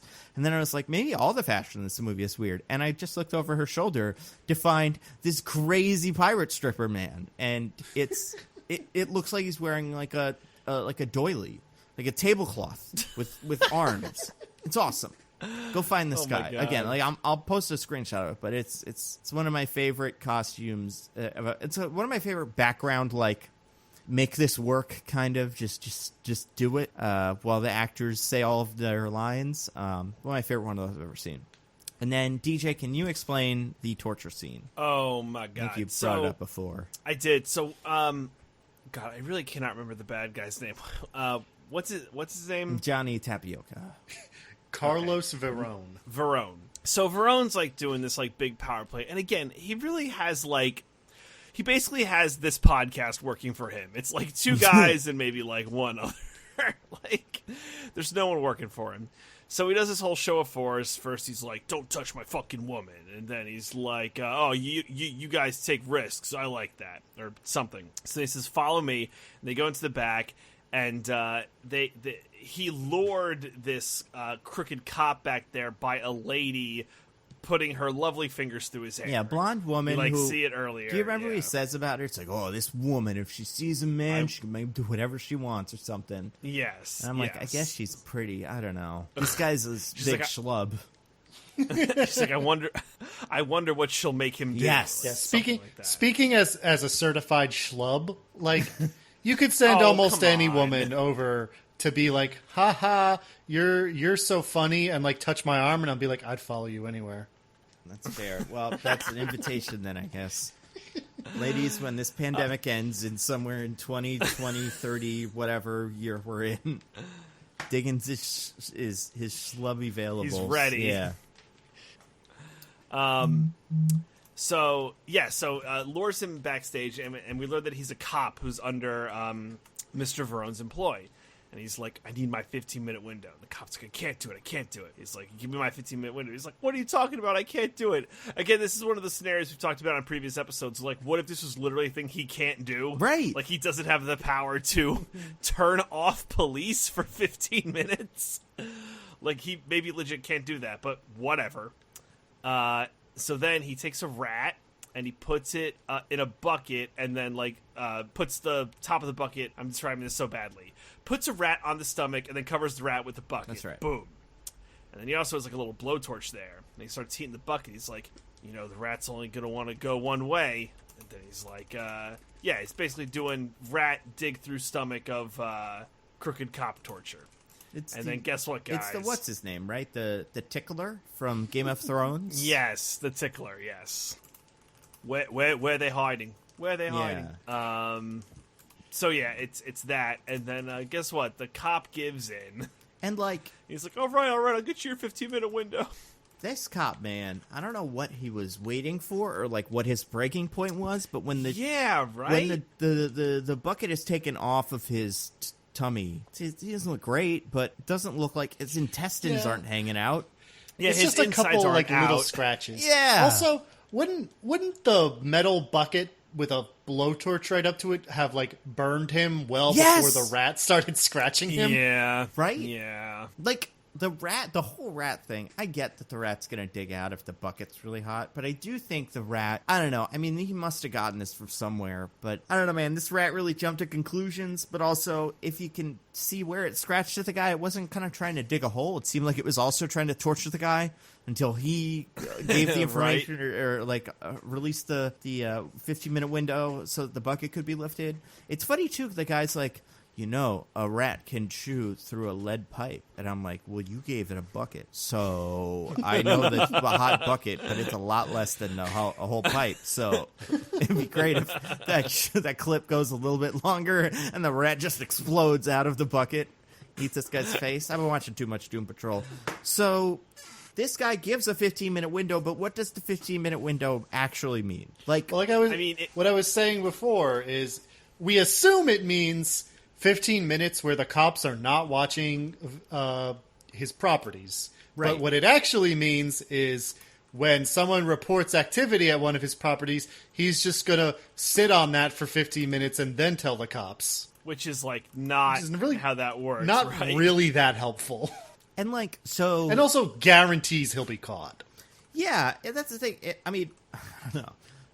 Police departments, am I right? But we see in a future Fast movie at one point, someone will have a camera that went down, right? And that's kind of what I expected from this. Where it's like, oh, I guess that you just turned off the cameras and maybe you won't take calls during that time and whatever, things will get disconnected. But his plan seems like it will get him caught pretty quickly, especially if the cops want him. He seems to be the only person on the cops' payroll. Yeah. Which, so I learned originally in maybe one of the scripts or the original script, where is it? One of the cops was going to be in cahoots with the bad guy the whole time. Markham, I think it's his name. It's the one with the... He's the uptight guy whose lunch gets eaten by Roman. He was going to be bad the whole time, which I think I can kind of see. this whole plan working, but with this guy as the one guy on his payroll, I don't know, it's quaint for your 2000s drug dealer, considering Johnny Tapia happened the same year. Yeah, especially when there's so many more cops who like apparently are like okay with the crooked cop because they all help him, you know, because you got to help the boys in blue. Boys in blue stick together. Go cops, rah rah cops. That's right. Only a couple bad apples. Yeah. So yeah. So they do their... This guy's a bad villain because he's a fucking moron, right? Like, he's an idiot. I think you could borrow a more fun villain. I mean, I don't know. Most of the villains from these movies aren't very good until you get to the Shaws. A lot of them are pretty forgettable. But I wish there was a better villain in this, because that would have made it more memorable, just more fun. Anybody, even like a weird one, like someone like Christopher Walken, just someone that can ham it up for 20 minutes on screen. Oh my god! You know, like I need you to get the drugs and give me a 15-minute window. Yeah, I'm gonna solder this bucket. So the movie ends with. Have you guys ever seen the movie Starsky and Hutch? I have not. Oh no. Oh, okay. So we'll get to it, I guess. It ends the same way. The characters are. They have the money. They steal it from a mobile home. That's fun. They just break it up. Roman does a cool thing where he puts a brick on a gas pedal because he's a clever guy. Yeah. I like him. And then they leave and they do a cool chase. And this is where you get your shell game. All the cars happen at the same time thanks to Ludacris. It's fine. Luda. So like, they do the shell game where them and Verone's guys that are riding with them switch to the muscle cars instead, and like zoom out of the garage with a billion other cars to confuse the cops. My thing is when the GPS cars come out, the ones that they were in at first, the cop, the FBI man and ICE are like, there they are, go follow them. Like, it makes sense that you want to pull that one over anyway, just to be sure, but nobody is thinking like, well, the whole point of doing a thing like this is that you switch the cars, right? Right. Obviously, they're in a different car right now. Like, it doesn't occur to any of them. I mean, that's how clever they are. This was 2002. We were so naive to how cars went and car crimes and cool stuff like that. We just assumed you had to be in the car you had before. We thought people were glued to the seats of their cars and couldn't get out until they reached their destination. Yeah, I think so. I mean, or cars are so specific to the driver. Like, how on earth could you drive a different car? I mean, they're so into their own cars and all their bullshit. Yeah. They were probably stalling out in the back and they just didn't see it. But I mean, at that point, it's like either they're one of a billion cars or they're the ones they came in. So I don't know. I guess go with the ones they came in. Hope they're in those still. Hope this was like a double bluff, because other than that, you're never going to find them. But they happen to have an ejector seatos in their cars, which is awesome. Ejector seatos, because it's so cool. It's so great. And you have to do so much bullshit to make this thing work. Like, it's not... Yes. You don't press a button and they fly out. You have to beat them up, press the button, door goes, chair goes. It's wild. You have to also unbuckle his seatbelt. Yes! Which, like... And, like, beat him up a little bit. Yeah. You figure unbuckle seatbelt... That's a lot of steps. But then before that, beat up, and then you just beat them up. Pull the car over, throw them out of the car. It doesn't matter if the... I don't know. It's great. I mean, it's great. It's the most memorable line in the movie. It's awesome. But it is pretty bizarre. Ejecto-cedo. It is cool. Yeah. Like, objectively. But then Paul Walker decides not to ejecto his Cedo because he's like, something's up. And... it's like, oh, we got to get to the boat. Wait, or we got to get to the plane. There is no plane. Who said it was a plane? And then it turns out they're actually on a boat, which I guess they only thought it was a plane because they saw the first Bad Boys movie where it's a plane. But it's a boat, and they have to get on the boat, and it seems like it's just the bad guy, the boat captain, and Eva Mendes on this boat. There's no crew. If you get those two, there's no guards. Yeah, he doesn't have guys working for him. He just does. Well, he has them all killed every time because they flirt with Eva Mendes. Way to go! I mean, can you blame him? Yeah, honestly, if that's and if I'm Eva Mendes, you want to get that turnover rate high so you can just slot in whatever ex-cop friend you have or someone you want to put in there. So, like, just, oh, this guy flirted with me. Oh, I guess I have to kill him now. It's weird that everyone does that. And it's like, well, yeah, I'm Eva Mendes. And, you really can't blame anyone in that situation. But when Eva Mendes turns out she gives the information about the plane instead of boat, then it turns out she has been caught foolishly. I figured there'd be more to it than that he's just like, we'll get on a plane, and then they get on a plane, but it's not a plane. I don't know. That seems like there'd be another step besides just, a boat? You know? Yeah, where are they taking this boat? Like, are they just, like, gonna sail the boat to Argentina? Right? What's the plan here? Diggins, you know better than I do. Argentina's pretty far, right? It's a big trip. It's on the it's the furthest south country in South America. Now it's also very like long, north to south wise. So you don't have to go all the way down South America, but you got to go most of the way down it. Oh, that's such a hassle. Would it be sweet if we had some sort of wonderful flying machine we could use to get down there? But you see, Nando, that's what they're expecting. That is what they're expecting. They're expecting it because it's the thing that makes sense. So if instead we do the thing that doesn't make sense, they'll never see it coming. A slow yacht in the bayou, or in like the Everglades or whatever, like just the middle of the fucking swamp. Well, because but the bad guy doesn't even kill Paul Walker. He should. At this point, it's like, who cares? Might as well. But instead, he has the goon kill Paul Walker. Not even he has the goon kill Paul Walker. He has the goon drag Paul Walker off and is like, kill him outside of my line of sight where I don't know if you did it or not. And does he did it or not? Well, he gives it the old college try. I mean, he gives it the old college try, but he's also, like, really nice about it. I like this goon. He's like, hey, man, sorry. He's like, hey, man, I actually kind of, like, listen, we had a good bonding moment there. Yeah. I actually kind of like you, but, well, the boss said to kill you, so, sorry. I forget this. Time to shoot. Does this goon die? No. They just kick him a lot. Nice. Oh, yeah. And then he, like, goes like he's going to shoot him, but he doesn't. Mm-hmm. Well, then, what's his name shows up and back ends the car, right? This is when Tyrese helps. Yes. So he goes, oh God, what does he say? Ejecto caro, cuz. He uses his classic catchphrase. Where does he get, oh God, not Bora Bora. Where does he get? Where does he get Roman from? Bosworth or something? Like what town in Florida? I don't think. No, he's just like he's not from. Is he from Florida? Don't they go?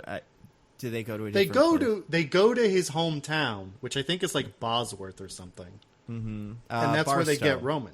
Barstow. Yeah, that's it. He's like, yo, Barstow's here, y'all. Oh, yeah. Says something like that. Something about it. Just I assumed this whole movie took place in Los Angeles or in Miami, but you're right. That's probably in Los Angeles or something.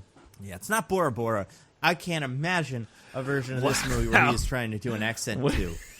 His head would explode. You would see there would be a line where steam is just coming out of his ears like Bugs Bunny.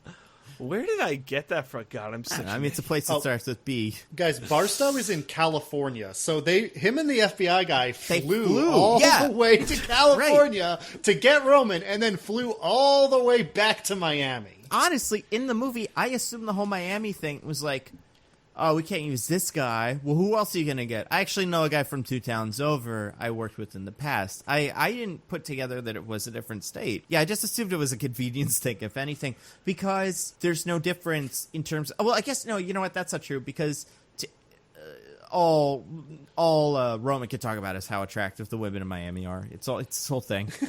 He's never even considered that they're attractive women otherwise besides Barstow. No. It's just that Brian was like, I'm not only going to do this, even though he holds none of the cards in this situation. Yeah. It's like, I'm only going to do this if you let me pick Roman as my partner.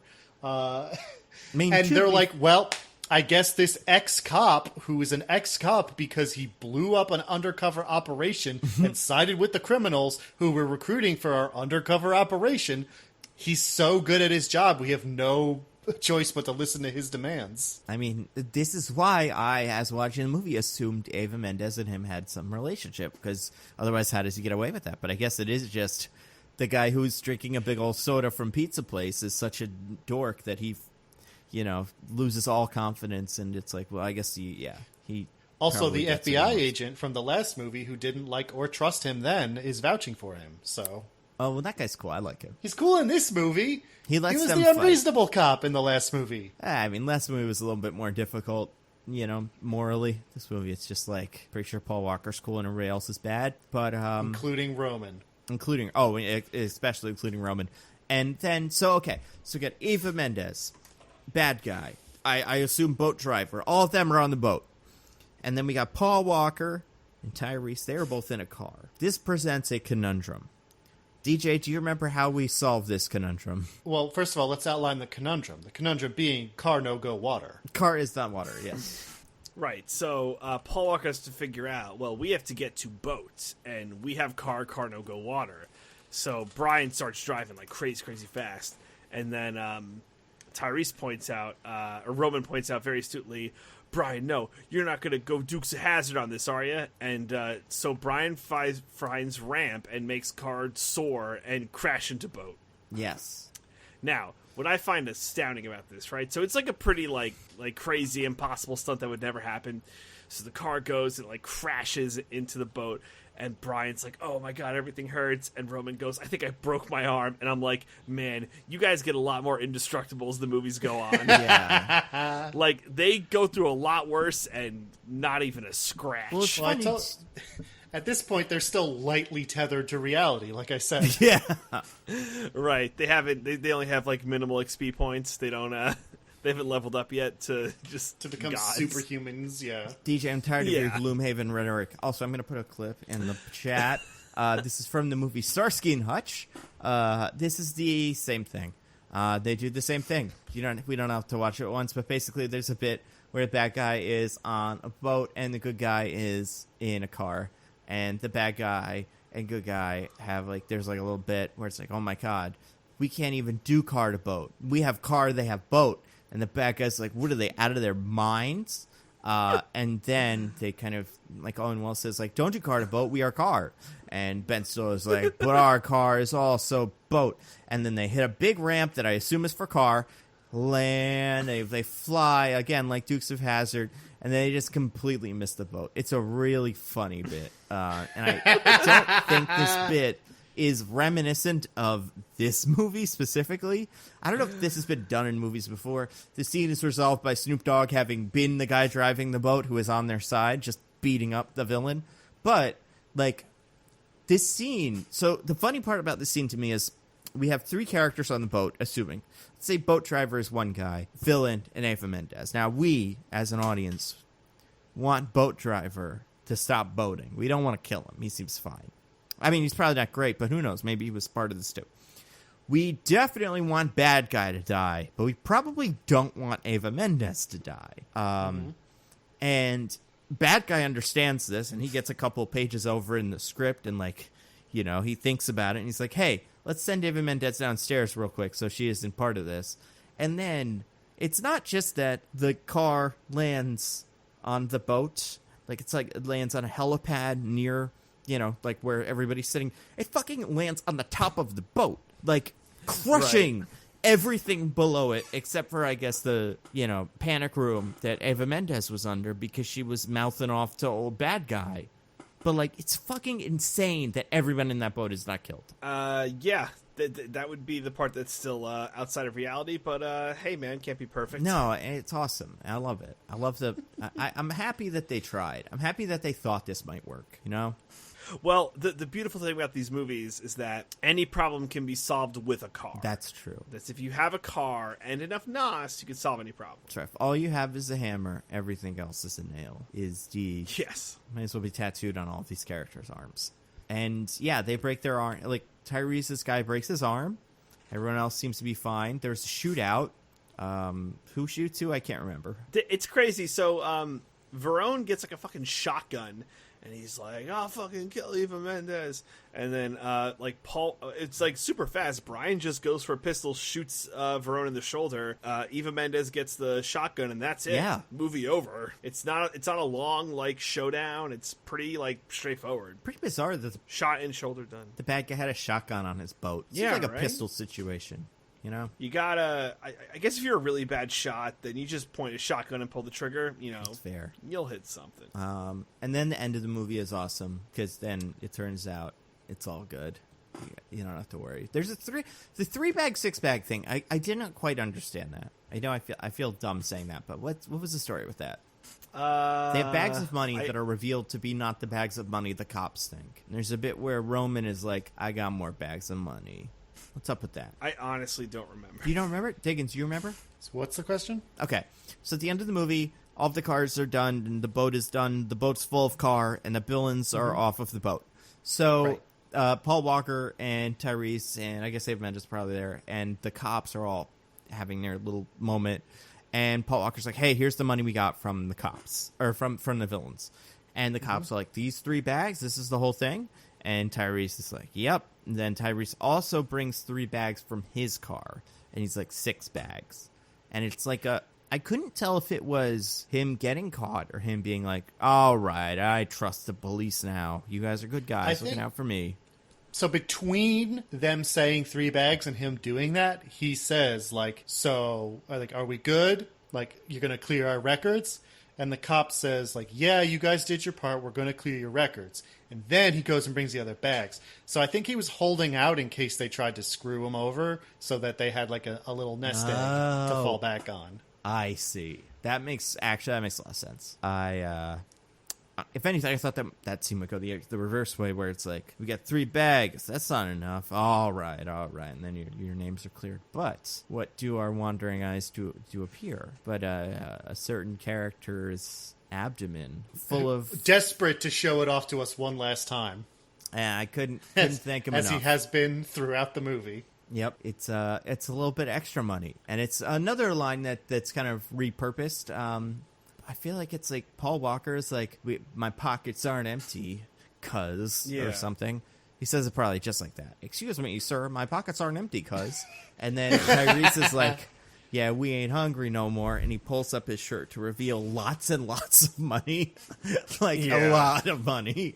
Excuse you, Nando. And I think you will find that he says that they ain't hungry.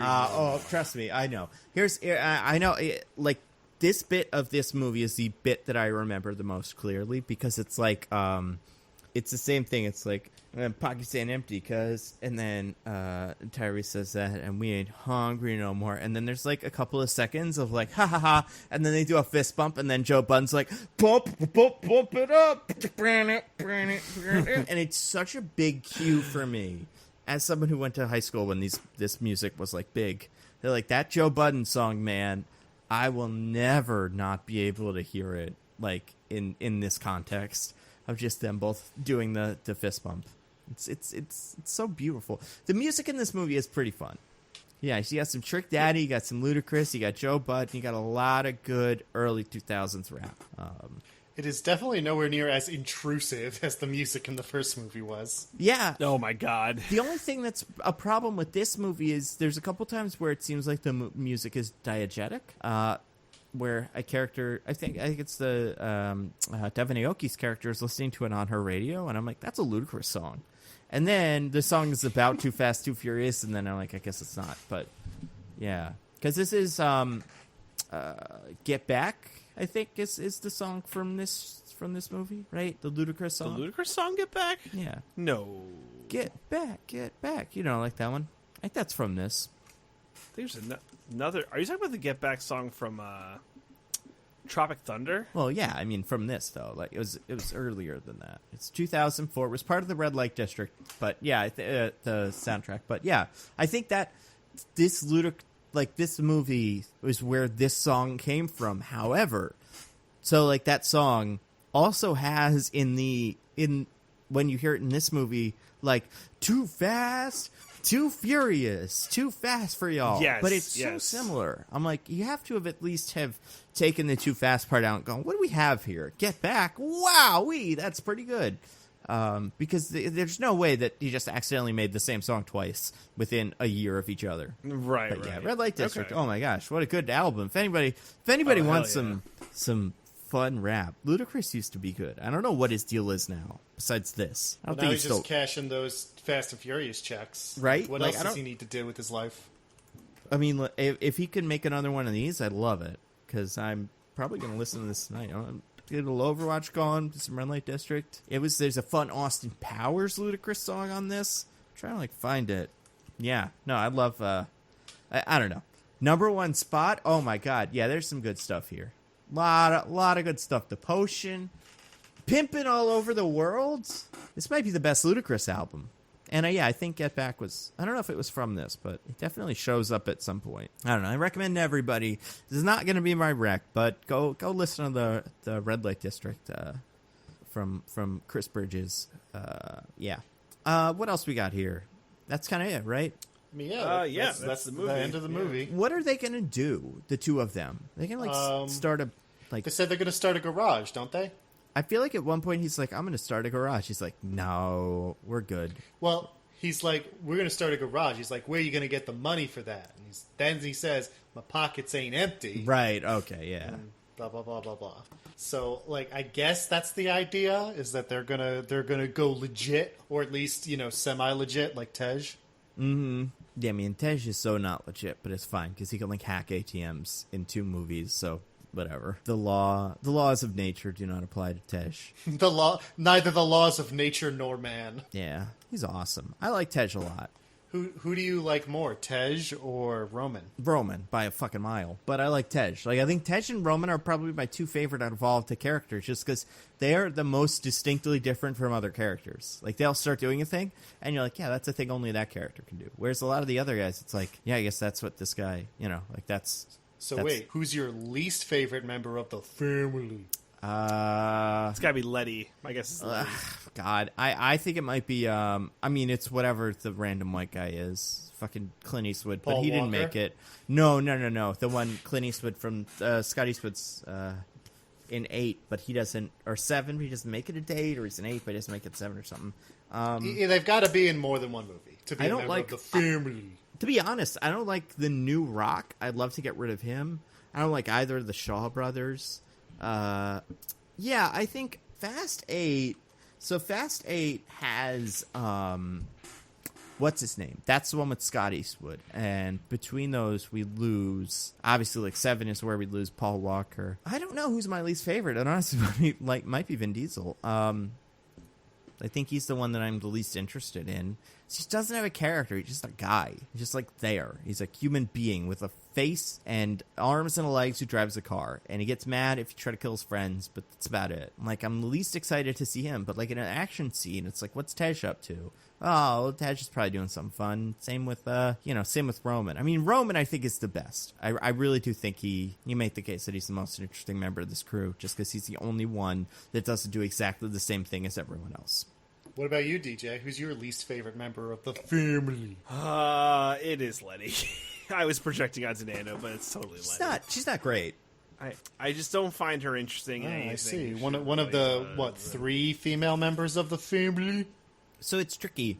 Does that make me a bad guy? The family is tough because you got Letty, you got Jordana Brewster, Mia, who I like more than Letty. You got Ramsey, but then you've got Charlize Theron's character, who is a villain, but I'm sure by the end of the next one, she'll be part of the family. Well, listen, if you're a villain, you're not a part of the family. Only post-Reformation. Well, tell that to Jason. I said only post-Reformation. Got it. Yeah, I think Michelle Rodriguez, I don't want to say she's expendable, but I don't think the movies do a good job of figuring out why she's there.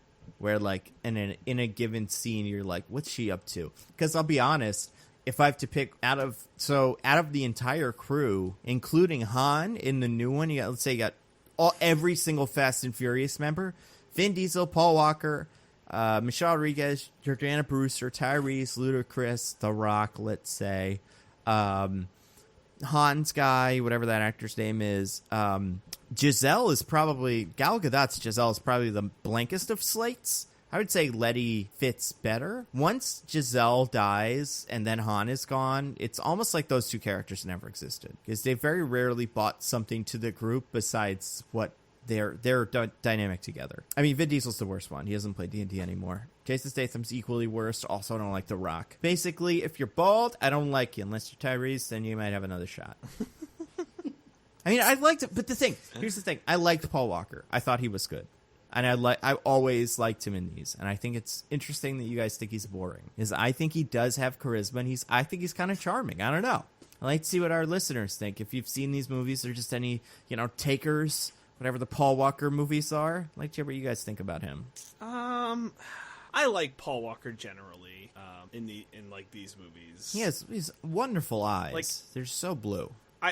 I do think he's a charisma vacuum, but like I actually think he's a better leader than Dom. He's like, all right, guys, we got to rally and get together. Which movie does he do a Thor-like adventure and goes off to do something that does not matter and has no consequence? Who, Brian? A la Thor: Age of Ultron. Well, Brian does that in fucking Fast 6, where he's like, I have to go to prison for no reason for 20 minutes. I think the thing with Paul Walker is, and my problem with Vin Diesel, and I'm thinking, like, I'm looking at pictures of them and just kind of remembering individual scenes. When we get into the future movies where everyone's, like, driving over bridges and ice and shit, Vin Diesel always makes the same face when he's driving. It's always like this, I gotta drive harder, and I gotta squint more and, like, take it more seriously. And I like that Tyrese and Ludacris and Paul Walker and all the girls, everybody but Vin Diesel makes faces, has to act, has to go like, whoa. You know, it's weird. It's part of it, and I think maybe that's the problem with The Rock and Jason Statham too, is the superhero-iness of it comes from the fact that all these crazy things are happening and the characters aren't reacting to it as if it's crazy. But like Tyrese and Ludacris have lines where they're like, that's a tank. And Vin Diesel is never like, yeah, that sucks for us because we're not a tank. He's like, okay, I guess the movie, we'll do it. And yeah, I think that maybe is where these fall apart. Yeah, it's fair. Mm-hmm. Hot soundtrack, though. Really good soundtrack. Oh, yeah, fire. Can you imagine if Ja Rule had to write a song for this? Jesus Christ. I'd like to see Ludacris's Fire Festival. I might go to that. That seems like it'd be fun. He'd probably manage it properly. They had to switch places. All right, guys, what are we going to do next week? Are we going to do another one of these? We're going to take a break? We're not going to do Hamilton, are we? Are we going to do Hamilton? I don't think we should. I mean, we could put up a poll. I don't imagine we would have much interesting to say about Hamilton, just because it's one of the most talked about things of all time. Yeah. And it's like a musical, so it's hard to be like, the music's not good, or it's great, you know? Like, you can't explain it. It's like, it sounds good. It has pleasing tones. I mean, we could do 36 or 365 days. We could do that Eurovision movie I watched on some Netflix of that. with Will Ferrell. It seemed like it was funny, which is not good. We could do Artemis Fowl again. Yeah, we could give it another shot. Yeah, let's do it. We could do The Last Dance. It's coming to Netflix. I don't know. We'll have to figure it out. I hope. I mean, like, the 3 Fast, 3 Furious, that's like the, you know, absolute Guys, we could do Bloodshot. Oh, we could do Bloodshot. I don't know. What's what people want? I'm not against Bloodshot. I like Bloodshot, or like doing Bloodshot. You don't want to commit to a position you're not going to be able to defend later. No, it's more that I don't want people to be like, oh, God, they chose Bloodshot. If anybody has a thing that you guys are really passionate about, we'll do that. But if not, Bloodshot's fine. I'm trying to think if there's anything fun like coming out, but it's really just like those things that we already named. All the Netflix pornos and there's that time travel movie with Andy Samberg. Wait, what? I think it's called Palm Springs. I have not heard of this. I don't think it's till July 12th. No, but when are you going to time travel to see it?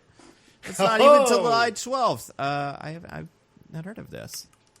We could do a 4th of July movie, but late. Oh, like we could do Independence Day. Yeah, any Will Smith movie. Wild West. They all After Earth. Well, oh God.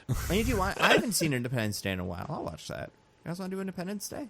I'd do Independence Day. Man, the only problem is that episode will come out far after Independence Day. But yeah, episode will come out like July 11th. Whatever. Who cares? We're going to put it out. We'll watch Independence Day. We'll tell you what we thought. Unless something crazy happens. Whatever. I'd love me some Jeff Goldblum. It'll be fun to see a good president who could like fight aliens and stuff. I dispute the characterization of the Independence Day president is good. He's a good fighter pilot. We could do the second one too. We could do Independence Day Resurgence. Oh my God, that would be the better one to nitpick. Yeah, I haven't seen it. I know it's pretty stupid. I mean, the first one's pretty stupid, but it's like fun stupid. The second one's just stupid. Yeah, we'll let the people. We'll leave it up to you guys because there's definitely some. I mean, we're not set, so you guys can tell us what you think is a really good option. Before that, though, do you guys want to go to a classic segment? Love to. Let's get to the classic segment. DJ, do you have anything to recommend to the fine people? Yeah, Michelle and I started watching on Netflix She-Ra and the Princesses of Power. Oh, yeah. It's really good. It obviously took a while to get to it because it's been out forever, but yeah, it's really good. How many seasons are there? 5. Holy shit. Really? But it is over now. Yeah. So you just get to watch it Finally. all. I'm just kidding. I didn't know it was five seasons. Wow. Well, the thing about cartoons is they either have 2 seasons that are released over the course of 10 years. Yeah. Or they have 5 seasons that are released over the course of 6 months. Right. Yeah, that's fair. DJ, can you pitch this show to people that don't know what She-Ra is or are not familiar with the overall IP? If I don't know what universe you would call this. It's like the He-Man. Yeah. The Masters of the Universe. She-Ra is like universe. canonically He-Man's sister, isn't she? I think she's his cousin. No, I could be wrong. They're related in some way. Yeah. Yeah. They both get their powers via sword and Grayskull. So it's all coming from the same shit. So in this show, takes place. Oh god, the same name of the planet. Whatever planet. What, Eternia or something else? Eternia. Okay. Yeah. Nope, Eternia. Yep. See, you guys got it. And we have just an unassuming character named Adora, and she works for the bad guys, but she doesn't know it. Circumstances happen that she goes to work with the good guys as She-Ra, and she's trying to liberate Eternia from the Horde, which is also awkward because it's her former employer. She used to be a force captain for the Horde, so she's got to deal with that. So who's the villain in this? Is it Skeletor? Hordak. Does that person know Skeletor? I don't Also, know. Skeletor's cousin. Oh, okay. So I looked it up. It's his twin sister, apparently. It's He-Man's twin sister. In the original canon, I'm not sure if Hordak was Skeletor's twin sister. I thought you were going to say that That's too. a crazy thing no one would there's say. no fucking way. They're not related at all. Well, I don't know. Okay, but we all know who Skeletor is, right? So he's trying to get to Castle Grayskull to steal the sword or whatever. Is that what this one's deal is too, or is this character trying to do something different?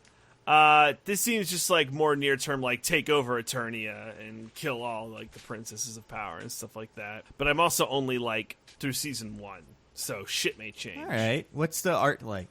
You know what's weird? It's Michelle was saying the art feels very Tumblr, and I didn't know what that meant. But apparently the show was done by a Tumblr artist. Apparently, well, Noelle Stevenson is a professional artist who went to art I'm just school. going off what I know. So wait, I know this because I've never met Noelle Stevenson, but we have mutual friends. You know Steven Universe? It feels a lot like Steven Universe. A lot of same colors and stuff. So hold on a second. Hold on. Yeah. This character, right? She's a character in the Eternia-verse or whatever. Uh-huh. Is she a hypersexualized superhuman? I wouldn't say so. No. Canceled. Sorry. Would you that's say very she loud. has? I'm canceling it. Would you say she has bazongas out to here? Yeah, that's all I want. That's no. what we know. Canceled. Also canceled. No. Listen, women, here's what women have to look like. They can't look like this where they're cartoons. They also can't look like the ones from Last of Us that have muscles. There's a very specific shape, and it's that. And if it's not that, well, boy, howdy. It's Jessica Rabbit or get the fuck out of here. Yeah, Jessica Rabbit. That's if you want to fix The Last of Us modders when that comes to PC. If you can watch that, play on PC and do some skinning to reskin it, make the one that has muscles Jessica Rabbit, and that's a good movie. I mean, game. It's a movie, but whatever. Yeah, no, I hear it's good. It's colorful. It's fun. It's light. The humor is really good. Yeah, it's really good humor, and yeah, it's super light. So She-Ra and the Princesses of Power get rocked. All right. Diggins, do you have anything to recommend to the fun people? Sure. I suppose we're all doing it like this now. Yes. Okay. Mamma mia, here we go again. That's all I know. Those are the accents people do in the things I watch. Don't want to tease my rec too early. So in a couple weeks, there is a game coming out that I am cautiously optimistic for, called Paper Mario and the Origami King. Oh, yeah. Now that's not my rec because it's not out yet, and I don't know if it's good. But the fact that this game is coming out has caused me to cast back into the recesses of my childhood and start replaying an old GameCube game that I really loved called Paper Mario: The Thousand-Year Door. Yep. So good. Mm-hmm. This is the second Paper Mario game, and I think easily the best one. So far. The first one's really great too, but the second one improves on a lot of things, and the third one is fun but very different. Wait, there's a third one? Is the third one the origami one? No, the third one's Super Paper Mario. Oh. And then there are a bunch of other ones that are all trash. Oh, I didn't know they made this many of these. Hold on a second. Diggins, I think you made an error. The best Paper Mario is a Super Mario RPG, The Legend of the Seven Stars. That's the best one. Thank you very much. First of all, not a Paper Mario game. Second of all, never played it. Third of all, still not as good. So there's a game called Diggins. Color Splash? Yeah, bad. There's a game called Sticker Star. Bad. Okay. Yeah, I didn't know either of these existed. So it's Thousand Year Door, Paper Mario 1, and this new one, and none else. And Super Paper Mario. Right. Super Paper Mario. Some people don't like that one. I think it's pretty good, but it is a very dramatic departure from the first two. Anyway, we're talking about Thousand Year Door, though, which I think is the best one. It's just got... It has the most personality out of any of these, I think. So many... Like, all the chapters are super memorable because... Like, the environments are all, like, wildly different. It's an RPG system, so it's not like a standard Mario platformer. So you have, like, partners who also join Mario in battle. And all the partners in this game are, like... they all have so much personality. They're all so fun. They have interesting game mechanics all on their own, too. Like, it's a very simple gameplay where, like, nothing really does more than, like... from 1 to 5 damage at the most. Anything you can do, that is. Mm-hmm. So it's not so much based around like getting the numbers big as just like resource management and like knowing what move to use when, keeping your flower points, just what you use to do special moves, and things like that. But what was I saying? You're going to say the origami one. Well, no, I'm wrecking Thousand Year Door because I haven't played Origami and I don't know if it's any good yet. Who's your favorite Thousand Year Door partner? I think I know who it is, but I don't think you want to say it. It's probably Vivian. Yeah. Not for creepy reasons. Mm-hmm. I just like her story. Although Goombella, also a great partner because her role in the game is to verbally demolish every person you meet. And that's fun. That is good. Is there Yoshi in that one? Am I crazy? Yeah, there's a baby Yoshi who's one of your partners. Okay, I don't remember. He's pretty cool too. He's got like a tough personality. Ooh, he's kind of like a Scrappy Doo type, except good. Oh, okay. You know, you could have stopped at a Scrappy Doo type. Is he the Roman to your Brian? Absolutely, 100%. I love it. Anyway, it's a fun game. If you've never played it, it's a little hard to find because Nintendo, not sure, has ever put it out on anything else besides the GameCube. But if you have a chance, of course, we here at Mostly Nitpicking would never condone illegal methods. It'd be illegal. Obviously. Yeah, it would be illegal. We would never suggest that you like download a game or something like that. That would be beyond the pale. It'd be insane. Yes. But if you have a chance to play this game, you definitely should. It's a classic. It's well worth your time. It still looks pretty good even because of the style. Well, that's the nice thing about that style, you know. If it's not super graphics heavy, you watch it and you're like, yeah, it's pretty good. Polygons are about what I remember from GameCube. Yeah. So that's Paper Mario: The Thousand Year Door. That's my recommendation for the week. Nice. Have you streamed any of this? No, because I haven't yet found a way to hook my GameCube up to my computer to stream it. But maybe in the future. No, I'm sure it's a bunch of bullshit you have to do to like... I've never looked into it, but there's no way it's simple. The GameCube that I'm definitely playing this game on You know, it's hard to attach it to my computer. Yeah. It's on the Switch. You could do that. It's not on the Switch. What? Isn't it? No. You should probably put it on the Dude, Switch. I'm going to send you a YouTube video right now, and unless it's lying... This came out August of 2019. Now, DJ, this is the wrong thing, DJ. You sent me a video of Starsky and Hutch again. You're not supposed to do that. Oh, yeah. It's not a bad movie. I'll tell you what. I had fun with it. It had Will Ferrell. Yeah, Diggins, it's totally on the Switch. Oh. Diggins, no excuse. No excuses. Tisk. Well, that's terrific. All right, I'm gonna wreck 3 things. That makes things easier for everybody. We should all watch you play it. That'd be fun. I mean, I don't know. You've got one going though. Probably a lot of business to deal with. How about this, guys? I'm gonna wreck a couple things. First of all, season 3 of Dark. I've kind of started it. It's confusing. I have good feelings. Like I think it could go somewhere, but I'm not convinced that it's not the thing I'm most excited to watch. However, on recommendation from a couple friends, I watched a movie called Mother Mia. Here I Go Again. It's terrific. If you haven't had like the time to just sit down and enjoy an hour and 45-minute long kind of movie musical. If you haven't seen the original one, who cares? It doesn't matter because I hear it's not that good. But this new one, Mamma Mia, Here I Go Again, on HBO Max, Go, Prime, whatever, it's a lot of fun. Have either of you guys seen it? No. I wanna point of order, DJ. This is a fan trailer. It is not on the Switch. I got fake news. No. I was going to wait till Nando was done, but I got fake news. No, I got fake news. So, Diggins, have you seen Mamma Mia, much. Here We Go Again?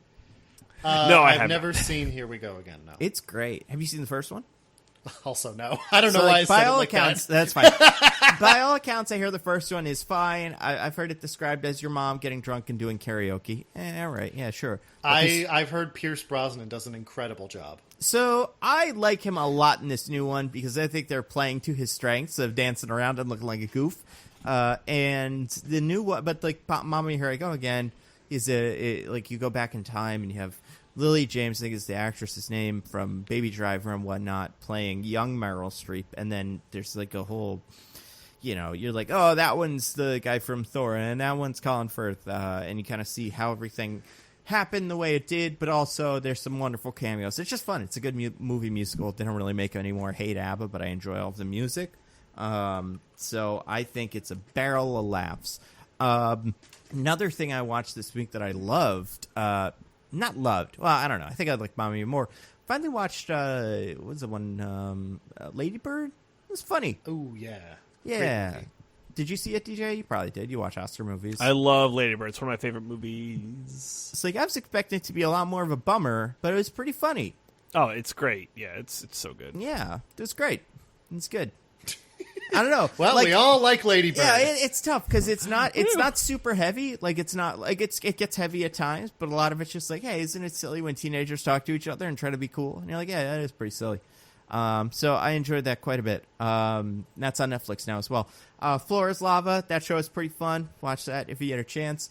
I do want to say, beyond Lady Bird, speaking of, like, I don't know, female-centric comedies, the Harley Quinn show wrapped up on DC Universe. It's going to HBO Max or whatever, HBO something, in the near future. That show fucking rocks. The show is so good. And it was like, I was every Friday, I would wake up and be like, oh, nice, I get to watch a show. Like a half hour of this fun Harley Quinn show. So that's a real, it's a real treat. I would say if anybody has the DC Universe, sure watch that. And if you don't, it'll be on HBO soon. But speaking of DC Universe, my final and most full-spirited rec, I finally watched the first season of the Doom Patrol show. And it is also awesome. It's so funny and so good. And the characters they introduce as the season goes on that kind of keep it fresh are so funny.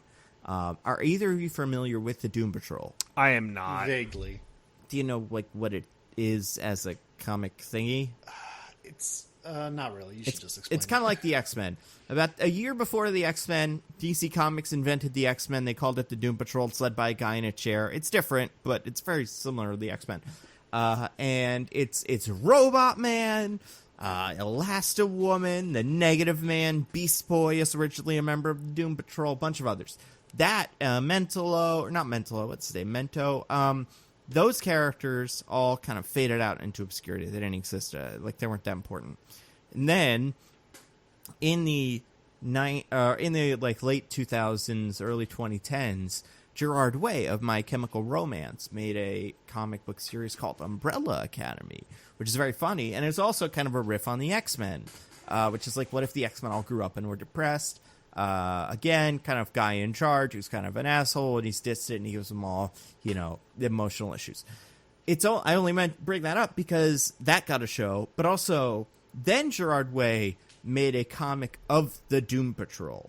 So he went from making the thing that kind of bit off the X-Men to the thing that the X-Men bit off in the 60s. And the Hydrox of X-Men. Really, yeah, pretty much, but it's better. I don't know if there is a Hydrox, but better, but that. And it's so, it's not better than the X-Men, but it's so, funny, and it's just really good. And as the series goes further on, you meet weirder and weirder characters, including the best one, Flex Mantello, the Man of Muscle Mystery, who is one of my favorite comic characters I've ever heard of. It's so funny, and Brendan Fraser's in it.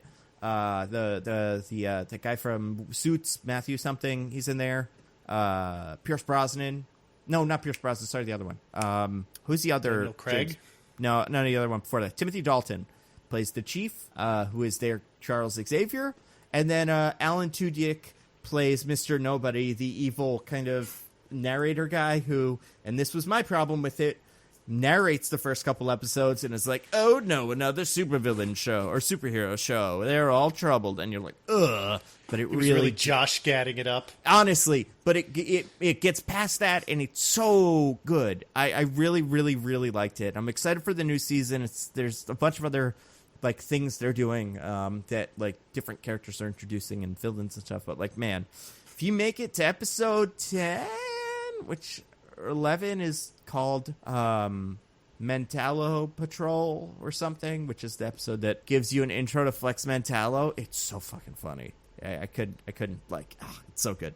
So I would say watch that. So that, the Harley Quinn show, Lady Bird, and the other thing that I said from before. Mamma Mia, Here I Go Again. All good stuff. Next week, we don't know what we're doing. I never know what I'm doing. That's fair. Good. Is this going to be one of those times you put up a poll where you don't actually put up a poll, or is it going to be one of the ones where you do put up a poll? No, so here's what I did. I put up a poll with questions of a question, and there was no overwhelming. I couldn't even pick out 3 that I were these are the 3 or 4 people want. So I just was we'll do the fast one.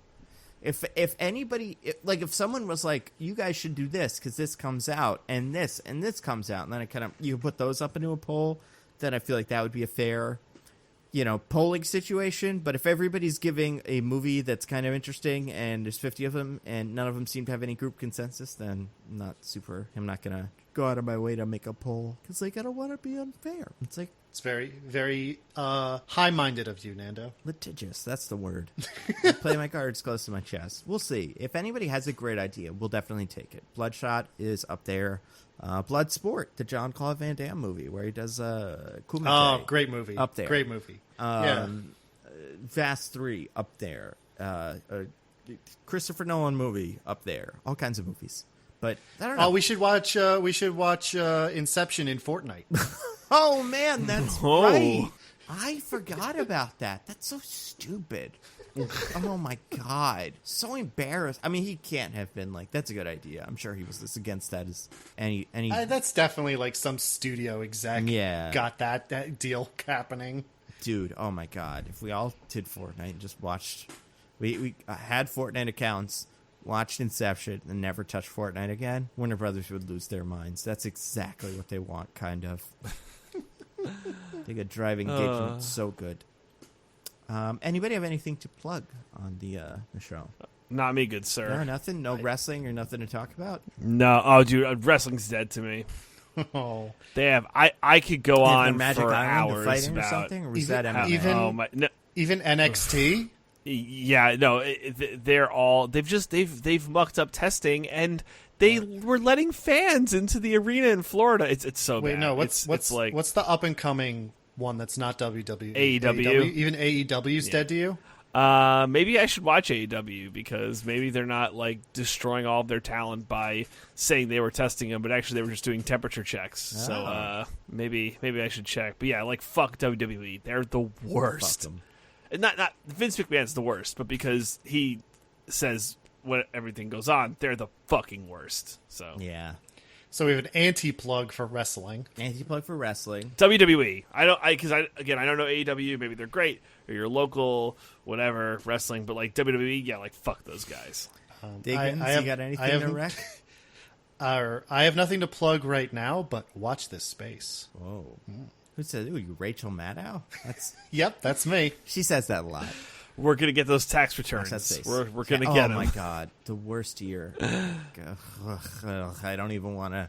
There's too much. That feels like it was 50 years ago. I remember when I was a young child of -20, and I watched the tax returns come in.